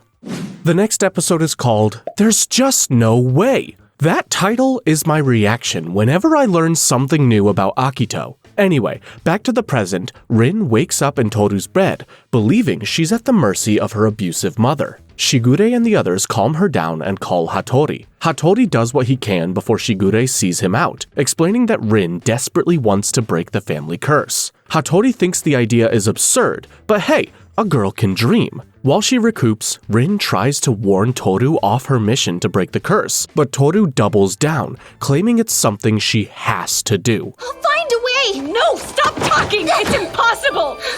Don't you understand? There's just no way! Rin feels devastated that she failed to set Haru free from the zodiac curse and takes off from the house. Although Rin wants to rely on Tohru like the others, she feels like more of a burden. In the end though, Tohru gives her a shoulder to lean on. They do manage to get her to an actual hospital, but when Haru tries to visit her, she tries to hit him with her IV pole. I guess that's her love language, huh? Back at home, Tohru, Kyo, and Yuki talk about their upcoming cultural festival, while she prepares Jello, a gift she later brings to Rin in the hospital. Rin's more forthcoming now that they're friends, and she explains the nature of the zodiac curse. Apparently, the curse happened because the original zodiac spirits promised to stay with God forever, leading to a cycle of reincarnation that traps their new hosts against their will. Tohru suggests that Kureno might have more leads, and that she works with Rin to stop Akito. While Tohru ends the episode with dreams about her mother, Rin hopes that Tohru will find someone to love her. Because someone who knows how scary it is to be alone needs somebody to love. I'm looking at you, Kyo! The next episode is called, Are You Okay? If the show's asking me, the answer is no. I know we still have a season and a half to go, but Tohru needs to break this curse pronto. Yuki announces their class will perform Cinderella for the cultural festival. To everyone's surprise, he's not playing Prince Charming because of his packed schedule as student council president. Speaking of which, Manabe sweeps him up for a student council meeting, but on the way, they encounter Machi throwing a book and breaking the glass in a classroom door. Manabe sends Yuki, Kimi, and the other secretary Naohito on their way. I know Machi was responsible, but I don't feel like I should make a big deal of it. I'm sure she has a reason. Yuki later tells Manabe that he has better things to do than to clean up someone else's mess, leading to Manabe throwing Yuki's papers in the air in frustration. Talk about dramatic! Then, he drops a bomb on us, explaining that Machi's actually his younger sister because they share the same dad. Since he's the son of their dad's mistress, there's a debate in the family over which child should be their heir. Manabe tries not to worry about it, but it still eats at Machi. Yuki then throws his papers in the air again, saying that children can't choose their parents. True story. Yuki takes a trip home to get his mom's signature for a cell phone, and she reminds him not to let it distract him. Which is actually sound parental advice. The next day at school, Yuki has the cast list for Cinderella, and you couldn't guess it if you tried. How do you feel about playing the evil stepsister? I'll be the evilest evil stepsister the world's ever seen! I don't think she can do it. During a later meeting with the student council, Yuki gets stuck in a storage closet and has flashbacks of Akito. The amount of trauma packed into this one family is insane. Manabe uses a chair to bust the door down, but Yuki's down and out from anxiety and paint fumes. Note to self, Yuki should not be left alone in tight spaces. The next episode is called There Was, Definitely. It starts with Yuki meeting Akito for the first time, which made him cry. Akito believed that because the original rat made it to the banquet first, she and Yuki shared a special bond. Akito used to have frequent tantrums with only Shigure to calm her down, but one day, she started painting the walls black, claiming that her entire world was the same color. She also paints herself and Yuki, forcing them to match. After Yuki meets the other Zodiac members for the first time, he notices Kyo outside in the cold and wanders out to greet him. Of course, Kyo blames Yuki for his estrangement from the group. Yuki continues to receive verbal jabs from his mother and Akito alike. Akito also forces Yuki to go to a different school from the other Zodiac members. When he finally makes friends, he accidentally turns into a rat, forcing Hatori to erase his friends' memories of him. The kid's super lonely, and he gets jealous of Kyo when he sees him with a loving father.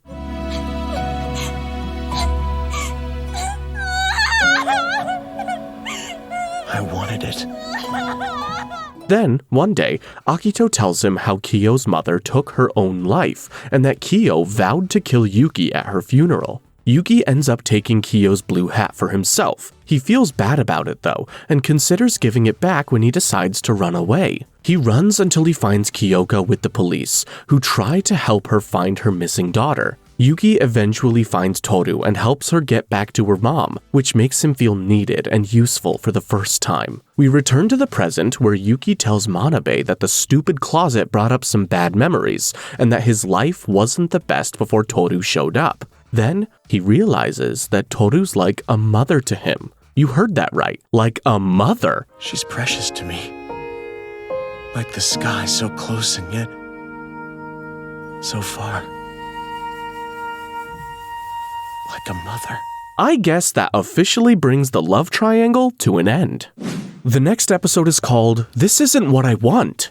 This episode continues from where we left off. Manabe still doesn't get why Tohru feels like a mother to Yuki though, and Yuki explains that Tohru embraces him despite his weaknesses, showing him what it's like to feel genuine love.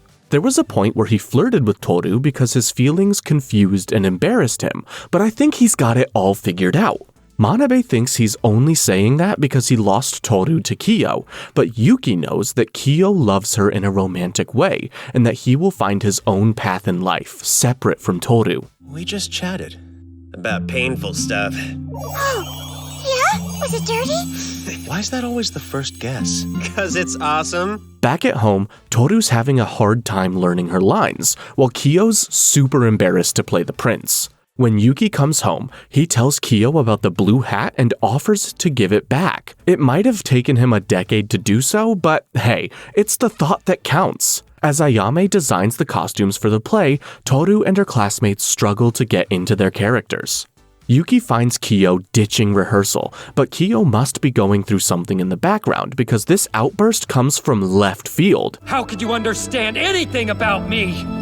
You're the prince who's always gotten what he wanted. You'll never know what it's like to be on the other side of that. He gets so mad that he punches the window. Two underclassmen happen to walk by, and while one believes Yuki should be cast as the prince, Machi disagrees, saying she doesn't think Yuki is princely at all. Meanwhile, Kyo makes it back to the classroom where Toru's waiting for him. She's obviously worried about his bleeding hand, but all he can do is rest his head on her shoulder. The affectionate gesture gets Tohru blushing, and they walk home in silence. In the next episode, titled It's Cinderella-ish, the cultural festival is in full swing. Some of the Soma family make it out to see the play, including Kisa and Hiro. Isn't that sweet? Yuki tries to play along in his role as fairy godmother, but the rest of the cast constantly forgets their lines and go off script. He eagerly claimed the first dance. How about not? I'm afraid that's not an option. The most important scene is when Prince Kyo goes to find the owner of the glass slipper. When he arrives at Cinderella's home, he not only turns down her stepsisters, but Cinderella as well. That way, he can ensure that his isolation, something the class wrote into their new script, will only hurt him. Kyo's lines hit a little too close to home, and they make Tohru go off script. What does it matter if I choose to? No, please! I don't want that! Is it just me, or is that super romantic?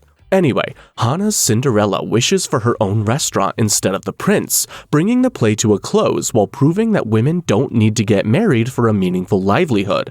Now that's a retelling I can get behind. Afterward, Kazuma comes to visit Kyo because, nothing was going to keep our Dad of the Year from missing his son's acting debut. Momiji also recorded the entire thing and promises to give Tohru a copy, which she plans to give Kureno so he can see Otani perform. However, Haru and Momiji have to help manage their class events, putting Tohru on babysitting duty. Meanwhile, Yuki finds Machi getting harassed by his fan club. Manabe tells him not to get involved because his sister needs to learn to defend herself. The fan club accuses Machi of liking Yuki, and she says he seems like a lonely airhead, which is new and possibly a refreshing take. Manabe then stops the fan club anyway by making a fake announcement over the intercom. You're not a prince, huh? I think she might have a point there. Princess. Oh, sorry! I won't say it again, I swear! Sometime later, Tohru bumps into Kyo while getting food for herself and the kids. It's super awkward, and their mutual feelings are so obvious it hurts. It looks like this slow burning is finally starting to heat up. The next episode is called Here You Are, and it seems like Machi's still having a hard time.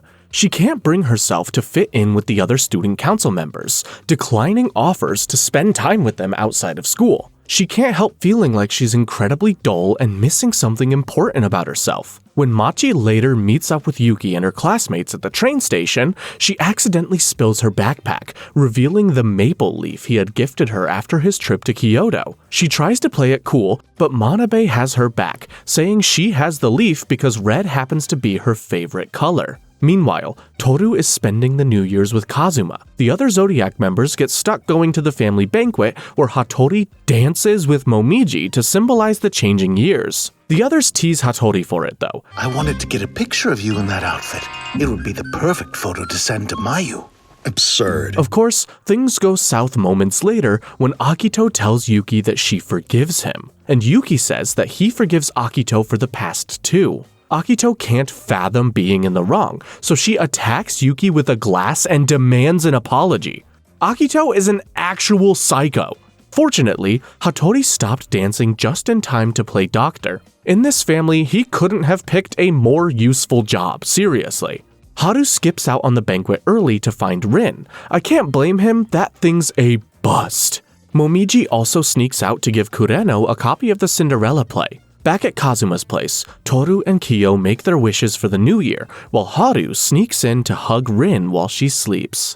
The last episode of Season 2 is called I'm Different Now. The episode opens with Kureno and Akito. Kureno reveals that he's obtained some sort of freedom from Akito, despite remaining chained to her. When Akito asks Kureno to stay with her forever, he agrees. You'll always be here, by my side. Yes. In the aftermath of the new year, the other Zodiac members catch up, with Momiji telling Tohru about his delivery, and Yuki revealing that he stood up to Akito for the first time.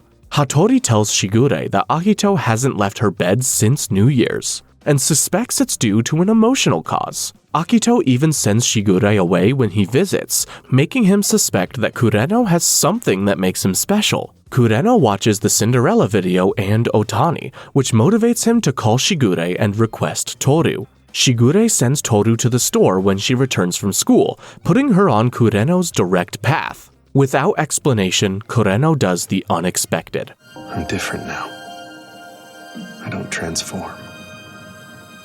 Unlike the others, my curse has broken. What? Kureno doesn't know how he severed his connection to the rooster spirit, only that it felt like he opened his eyes for the first time before the spirit left.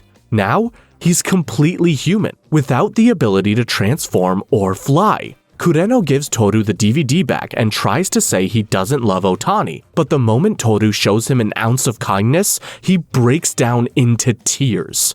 He admits that he does love her, but he promised to stay with Akito when he broke the curse because she begged him. He also knows that leaving would endanger the other Zodiac members. He does reveal that Akito can't exist without the other Zodiac members, and that Akito, who most believe to be a man, is actually a woman. Yeah! Although I've been referring to Akito as a she all this time, most people in the verse refer to her as a he, so definitely not the biggest plot twist at this point, I'm sorry.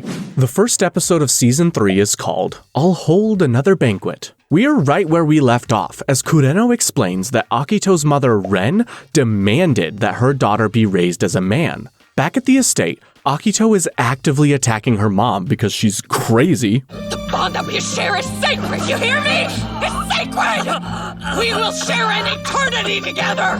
Ren warns her to treat the Zodiac members better, but that's like rage bait to Akito. Kureno goes on to explain that Ren doesn't believe the Zodiac bonds are real, but that he, Shigure, Ayame, and Hatori all dreamt about Akito's arrival before her birth. On the day Ren conceived Akito, their Zodiac spirits awoke, but despite severing his bond, Kureno can't bring himself to abandon Akito, who he still views as a child in need. I'm sorry.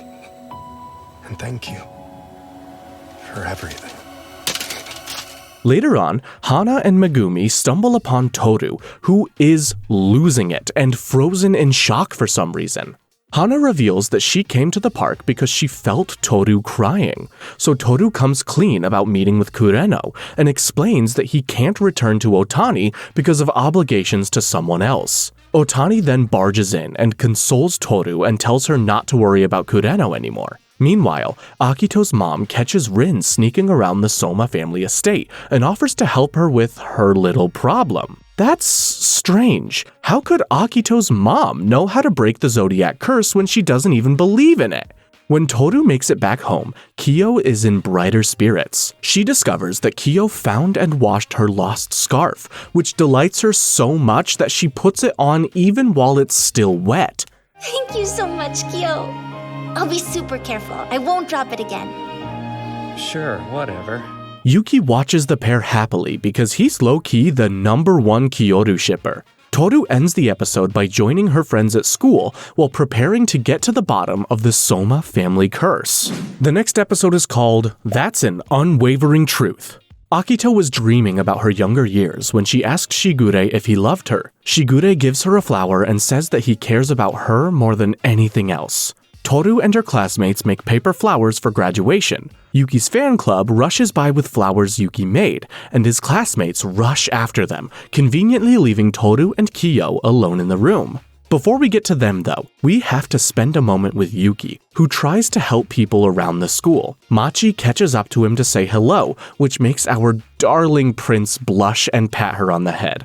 Machi panics and slaps him. Back in the classroom, Tohru wants to know what Kyo would think if a Zodiac member had their curse broken, but he dismisses her and starts to cry.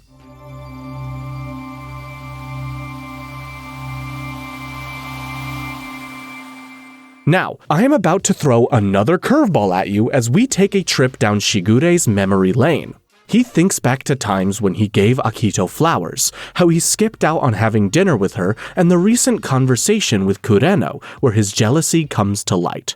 There's one person she's always wanted, and I think we both know it isn't me. That's right, Shigure's been in love with Akito the whole time, but thought she chose Kureno over him. In truth, Akito still wants to be with him, which Shigure hears directly from Kureno. Unable to hide from his feelings, Shigure goes to wait for Akito in her room. Unfortunately, tensions are high after he ghosted her for that dinner and engaged in romantic relations with other people. Their rocky relationship is the reason Shigure's not allowed to live at the Soma family estate. When Shigure starts to leave, she kisses him, and the situation diffuses from there. In the final scene of the episode, Tohru goes to Rin's school, only to learn she's back in the hospital. The next episode is called I Hope It Snows Soon. The episode opens with Machi watching the snow fall outside of her classroom, and the perfection of it upsets her so much that she knocks over some chalk. It makes her late for the student council meeting. Just as council members are about to go look for Machi, two of her classmates walk in to tell them about the rumor that Machi got kicked out of her house because she tried to kill her younger brother. Machi happens to walk in as they talk about it and runs away, which everyone takes as confirmation. Manabe tells Yuki that the rumor is partly true and offers to take him to Machi's place so that he can learn more about it. She got jealous and tried to kill him.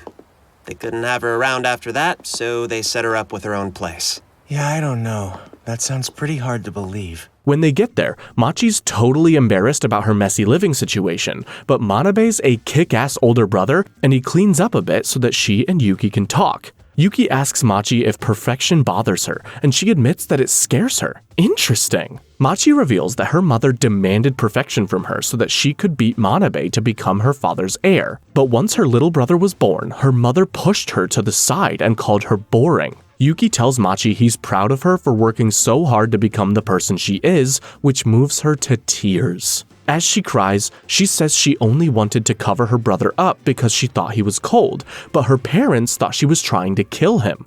I just wanted to keep him warm.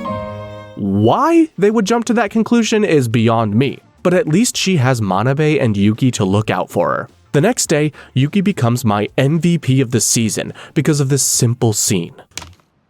Later on, Yuki meets up with Motoko to say goodbye. Not to be that guy, but thank God. The Yuki fan club has terrorized enough people for the last 2 seasons. Life goes on. The seniors graduate, and Hiro finally meets his new baby sister Hinata. At the Soma estate, Kagura tells Shigure and Hatori that Rin was admitted to the hospital but still graduated, despite being an inpatient. Strangely though, she can't figure out which facility Rin was admitted to. She worries that Rin might not come back, but Shigure warns her off investigating. We then cut to Akito, who leaves a new location called the Cat Room. The Cat Room is a prison built to contain the host of the cat spirit for their entire lives. Akito holds scissors in her hands, and because we know Kyo's not in there requesting a haircut, this scene is straight out of a horror movie. The next episode is called I'm Home. Hiro overhears his mother say that Rin hasn't come back from the hospital. At school, Yuki's also asking about Rin, but Haru has no idea where she's gone. Hiro tries to get information from Kagura, but when that turns up nothing, he ends up running into Kisa and Haru on his way home. Hiro comes clean about seeing Akito push Rin out of the window in the past, and that Rin only broke up with Haru to protect him, while she searches for a way to break the curse. At this rate, she's going to lose everything. She'll just suffer alone forever. Back at the cat's prison room, Kureno notices a servant taking food in when it's supposed to be empty. He convinces her to give him the key, and he finds a hungry and sickly Rin locked inside. So apart from being an absolute psycho, Akito's kidnapping people now? Haru comes barreling into Akito's room, demanding to know where Rin is. Haru even declares his love for Rin, then and there, but Akito's not giving any information. Fortunately, Kureno arrives and says Hatori took Rin to the hospital, but Haru's not done with Akito yet. Haru had every right to do something here, but Akito somehow convinces him that he's at fault for Rin's situation, which makes him leave. As he goes, his bond with Akito starts to break. I'm special. I was born to be loved by you. You were all waiting for me. He told me. Rin runs away from the hospital, but what else is new? In her delirious state, she tries to make it back to Shigure's place, but she starts hallucinating the cat room's prison. Apparently, Akito's mother only agreed to help Rin break the zodiac curse if Rin successfully stole something of Akito's. Things didn't go as planned, and when Akito caught Rin, she chose a life of imprisonment in return for Haru's freedom. Haru catches up with Rin and promises that he won't give up on her or go anywhere anytime soon. Now, if that's not peak romance, I don't know what is. The next episode is titled, You know, right? As the new school year begins, the Zodiac members start to question where their relationships stand. Ayame wants to know if his partner and assistant Mine will leave him. Hatori has to turn down the chance to travel somewhere far with Mayuko. Yuki considers telling Machi the truth about his Zodiac nature, and Shigure worries about Akito missing out on life. Momiji hasn't had a romance subplot so far, but that may change now that he's sprouted like a weed over the break. Of course, he still prefers his bunny-themed accessories. Haru even thinks that Momiji and Tohru act like a couple. How about no, Haru? I can't do another love triangle this late in the game. Later, Hatori advises Shigure to be nicer to Akito. Their complicated relationship aside, Shigure thinks he's not a nice guy deep down, unlike Hatori. Kisa, Hiro, and Momiji drop by to visit the Shigure household. Momiji says he might get taller than Kyo, so Tohru will say yes when he proposes. When I propose to her, Tohru will actually say yes. It would sting, wouldn't it? If some other guy took Tohru from you? Don't worry, he doesn't actually plan to propose. He just wants to make Kyo jealous. At this point, Tohru's the only one who doesn't know Kyo's in love with her. Later that night, Akito has a nightmare where her bonds with the Zodiac start to break. When she wakes, she finds Momiji. Like Kureno, his bond snaps in an instant. I didn't think it would come so suddenly. The end. I don't even need to know how that happened to say good for him. The next morning, Haru tells everyone that Momiji showed up late for class and is now missing. Kyo finds him hiding out on the roof, where Momiji tells him that his curse has broken, before playing it off as a joke. After school, Momiji goes back to Akito and admits that he's confused and lonely, but has never felt freer. Akito's not handling the situation well, so Momiji makes a hasty exit to visit his mother for the first time, where they actually manage to have a good conversation. Episode 6 is titled, It Was So Foolish. Tohru goes to visit Rin, who now lives with Kazuma. Yuki offers to go with Tohru to her mother's grave because the anniversary of Kyoko's death is coming up. Shigure also stops by to visit Rin and drops a huge bomb on us. The thing is, the zodiac curse is going to break. And why was he keeping that to himself? Tohru overhears their conversation and obviously wants to know if the curse will break before Kyo's confinement. Shigure fires back, saying that the Zodiac accepts Kyo's confinement because even though they're all monsters, it brings them relief to know there's someone worse off than them. Tohru's understandably bothered by this. Shigure says she must love Kyo if she cares about him so much, and she runs away. Do you love...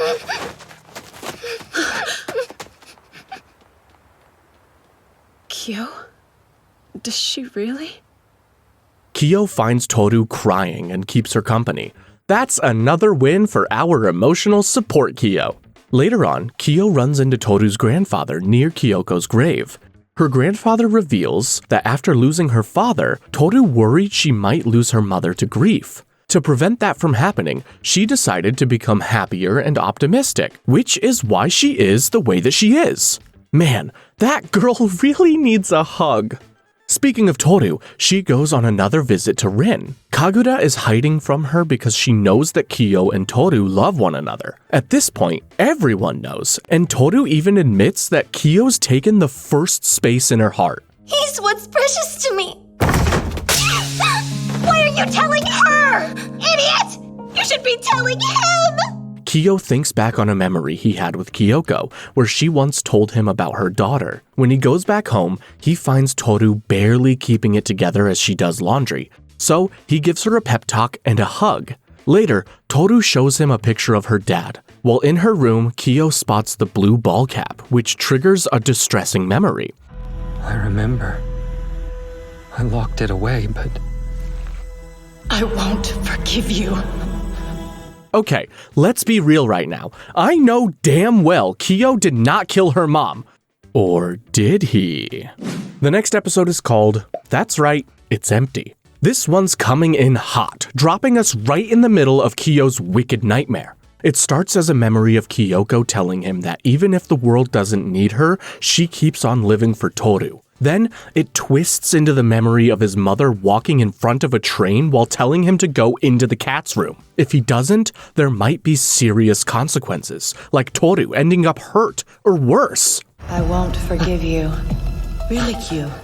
Don't you realize Mom knows best? Shigure stops by the Soma estate for a meeting with Akito's mother, Ren, who wants his help getting her late husband's ashes. Ren believes Akira's ashes rightfully belong to her because she saw his loneliness when no one else could. She then claims that Shigure's feelings for Akito are a fantasy. Of course, Shigure refuses to help her, but he does deliver a sick burn, saying she deserves Akira's ashes so she can be haunted by his ghost.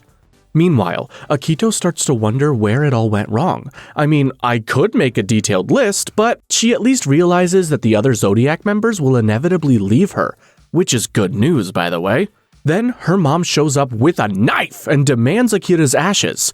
Akito throws the box on the ground to reveal that it's empty, as it always has been. When Akito raises a knife against her mother in retaliation, she feels one of her bonds break. It turns out to be Hiro's. Sorry. I don't really know how I'm feeling. I should just be happy. But there are all these other emotions mixed in. How sweet, right? Well, Akito's raging because she doesn't know how to live a different life. When Kureno encourages her to start a new lifestyle now, she stabs him in the back. As if that's not bad enough, Otani happens to look outside and see a dead bird. Meanwhile, Tohru and Kyo finish a nice dinner together, and Tohru says there's something she wants to tell him. The next episode is called, I'm Disappointed in You, and I can already tell that pain is coming. We start off right where we left off. Tohru wants to confess her feelings to Kyo, but he stops her and asks if she's in love with him. Tohru blushes and Kyo already has his answer. He tries to walk away due to the guilt he feels about something that happened in the past. Tohru chases him, and he admits that if it weren't for him, Kyoko would still be alive. She could have lived, but she didn't. He explains how he met Kyoko when he was younger, and she befriended him after finding out about his mom. On the day Tohru went missing, Kyo tried to help Kyoko find her, only to learn that Yuki did so because of that stolen blue hat. And while Kyoko told him not to label Yuki as good or bad, he ran off, stopping their interactions. Years later, Kyo happened upon Kyoko on the day of her accident. He saw the car coming, but chose not to push her out of the way because she would fall on him and force him to transform into a cat. He hated himself for it because he chose his life over hers. As Kyoko died, Kyo swore that the look in her eyes said she would never forgive him, and he lost it after that. So Kazuma took him up to the mountains to train. Kyo coped by blaming Yuki instead until he eventually repressed the memory of Kyoko's death. It's not my fault. Yuki's fault. That's what it is. After he left the mountains, Akito called him to the estate, where she promised to accept him into the zodiac if he could beat Yuki in a fight. That's why he showed up at Shigure's house the day he met Tohru. He doesn't forgive himself and doesn't want Tohru to forgive him either, but she refuses to believe those were her mother's last thoughts before she died. Yuki walks in on them as Tohru declares her unyielding love for Kyo, which seems to prompt the cat to book it from the house.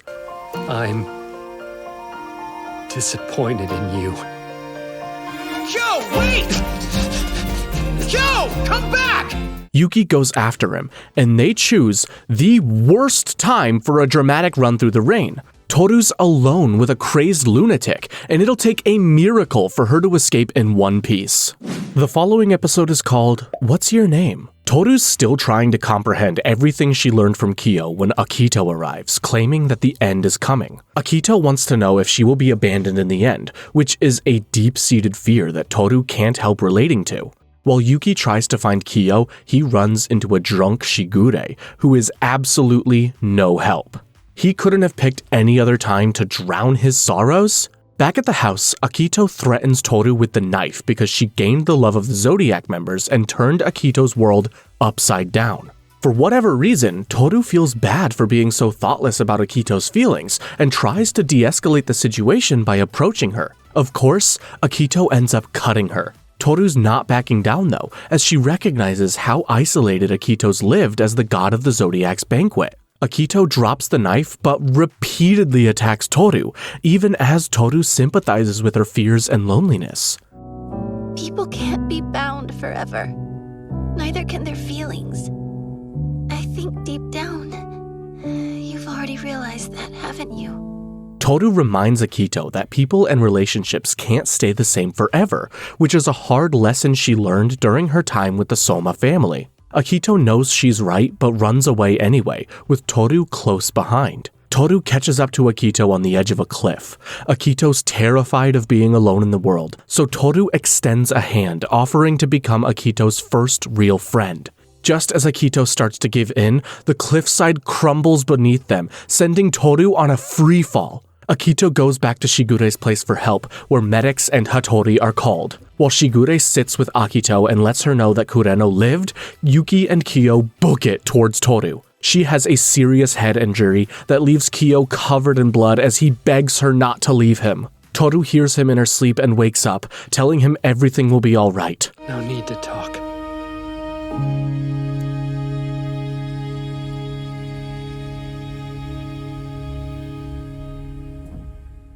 Let me reach you. The next day, Akito struggles to reconcile with herself and her past. She doesn't understand why Tohru and Kureno forgive her for everything she's done, but Momiji tells her to embrace their kindness and accept them for who they are. When she finally works up the nerve to visit Tohru's hospital room, Tohru greets her with that same extended hand and the promise of friendship. At the Soma estate, Shigure and Hatori can't believe that Akito went to the hospital alone, but realize that things will finally change for the better. The next episode is called, I Just Love Her. Everyone at school is worried about Tohru, which leads Otani and Hana to pay her a visit in the hospital. There, they meet Akito. who takes accountability for her actions and allows Otani to visit Kureno, who she promises to stay with. As Shigure and Yuki make their way home for the day, they wonder about Kyo's whereabouts and find that Haru has let himself inside the house, apparently because Kyo had dropped by and left their front door unlocked. Yuki goes upstairs to find Kyo, who plans to leave indefinitely because he thinks Tohru will be better off without him. My poor house. You think you should catch her before she falls off a cliff? Or swoop in and save her from getting hit by a car? But who the hell are you? Do you think you're some kind of superhero? Yuki says they both need to accept themselves and tells Kyo to visit Tohru because no one can make her smile like he can. Kyo gives in, but says he has to visit someone else first. Kisa and Hiro see Kyo as he comes to visit his biological father, who still hates him. His hateful and paranoid outburst is the last push Kyo needs to move forward.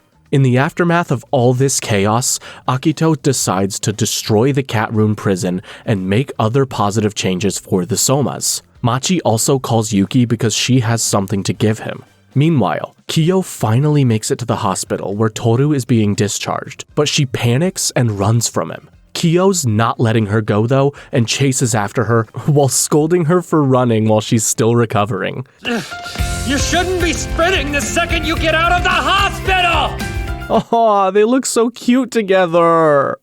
The next episode is titled Goodbye, and it couldn't be more fitting as we close in on the season finale. We are right where we left off, with Tohru running from Kyo because she's afraid of what he might say after claiming to be disappointed in her. When Kyo finally catches up, he apologizes for how he's treated her in the past and asks for one last chance to not only do better, but also to keep living by her side. Kyo kisses Tohru and goes in for a hug, expecting to transform. They're shocked to discover he remains human.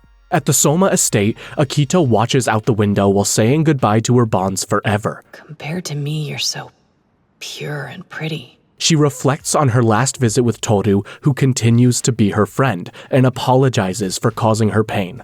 Then, Tohru originates the true origin of the Chinese zodiac. According to her, a person once lived atop a mountain, separated from humanity due to their strength and power. Although they feared being judged by others and remained isolated in the mountains, a cat eventually entered their home and offered to be their friend, calling this person God. The cat kept his word and never left God's side, so God decided they would befriend other animals too. When they sent out invitations for a banquet, 12 animals answered.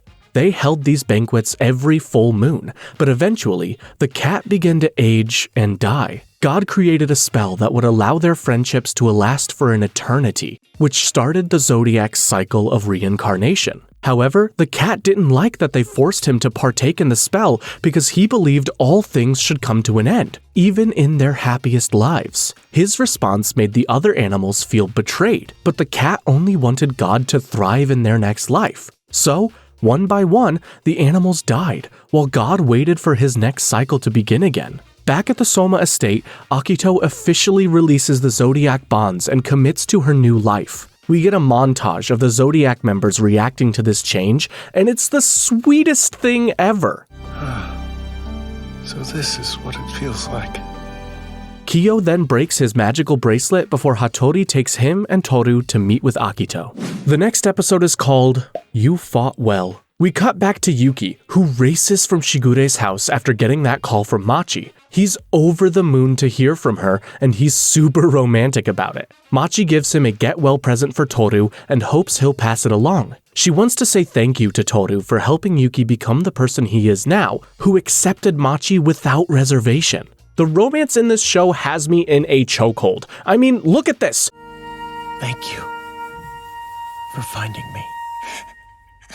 You've gotta be kidding me! It's just so good! At this moment, Yuki feels his bond with Akito start to sever. He begins to tell her the zodiac's secret, but he hears God call out to him, and he's pulled into another space. He witnesses God saying goodbye to the rat spirit for the final time, which moves him to tears. Yuki accepts his freedom and hugs Machi, who asks to call him by his first name. He's totally into it and asks her to repeat it before kissing her for the first time.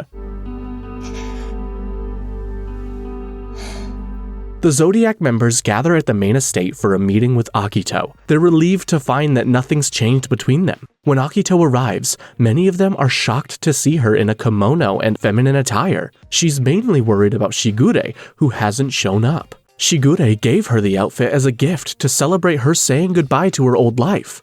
Akito says it's a symbol of change and sets the Zodiac members free. She then goes to find Shigure, who gave her an ultimatum about chasing her down. She can choose to join him, but if she does, he's not letting her go again. Akito goes to him, of course, and decides that they'll remain at the Soma estates, where she'll continue acting as the family head.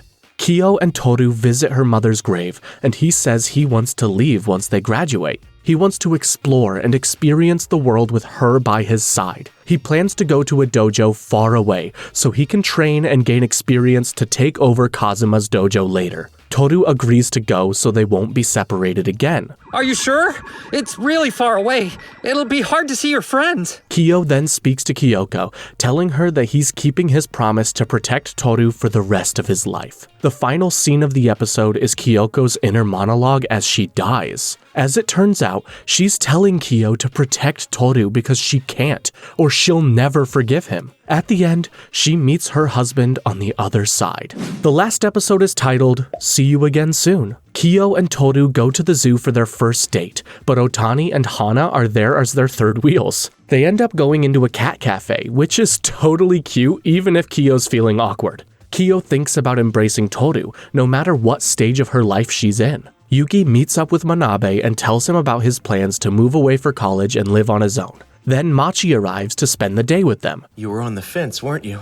Yes, because I would rather have you all to myself. Jerk! I wanted to avoid you saying stuff like that! As Tohru and the others leave the zoo, Kyo gets a moment alone with Otani and Hana. The girls give him a hard time about whisking Tohru away, but they're also counting on him to take care of her. Everyone graduates, and they get ready to move on to the next chapter of their life. Kyo and Tohru clean out their rooms at Shigure's while reflecting on how far they've come.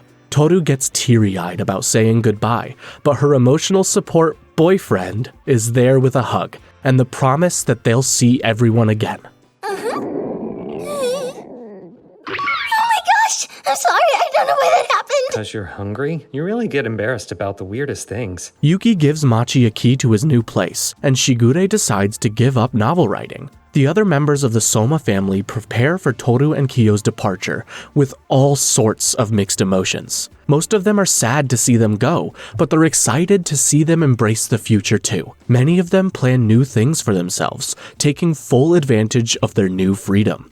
Yuki stops by Shigure's place to talk with Tohru one last time. He thanks her for helping him become someone better and for helping him achieve his greatest wish in life. Knowing you changed my life. So thank you. Thank you. The final scene takes us into the future, where Kyo and Tohru's granddaughter searches for them. They've gone out for a walk, but we get to see moments of their long life together. That's the end of our Fruits Basket recap, and my heart really couldn't be more ecstatic. It was one wild ride after another, but I'm glad that everyone managed to make it out with a happy ending. It's one of those series where you're rooting for everyone. Well, most of the time. Also, can we all agree that Tohru is like the sweetest character in this show? I mean, this girl hated nobody and wanted to help everyone overcome their past trauma. After all that trouble, I'm just glad she was able to settle down with our favorite cat boy, and I really appreciate seeing Kyo fulfill his promise to Kyoko. Watching him enjoy a long and fulfilling life with Tohru, who could ask for more? But let me know your thoughts down in the comments. As usual, thanks for watching, and I'll see you in the next one.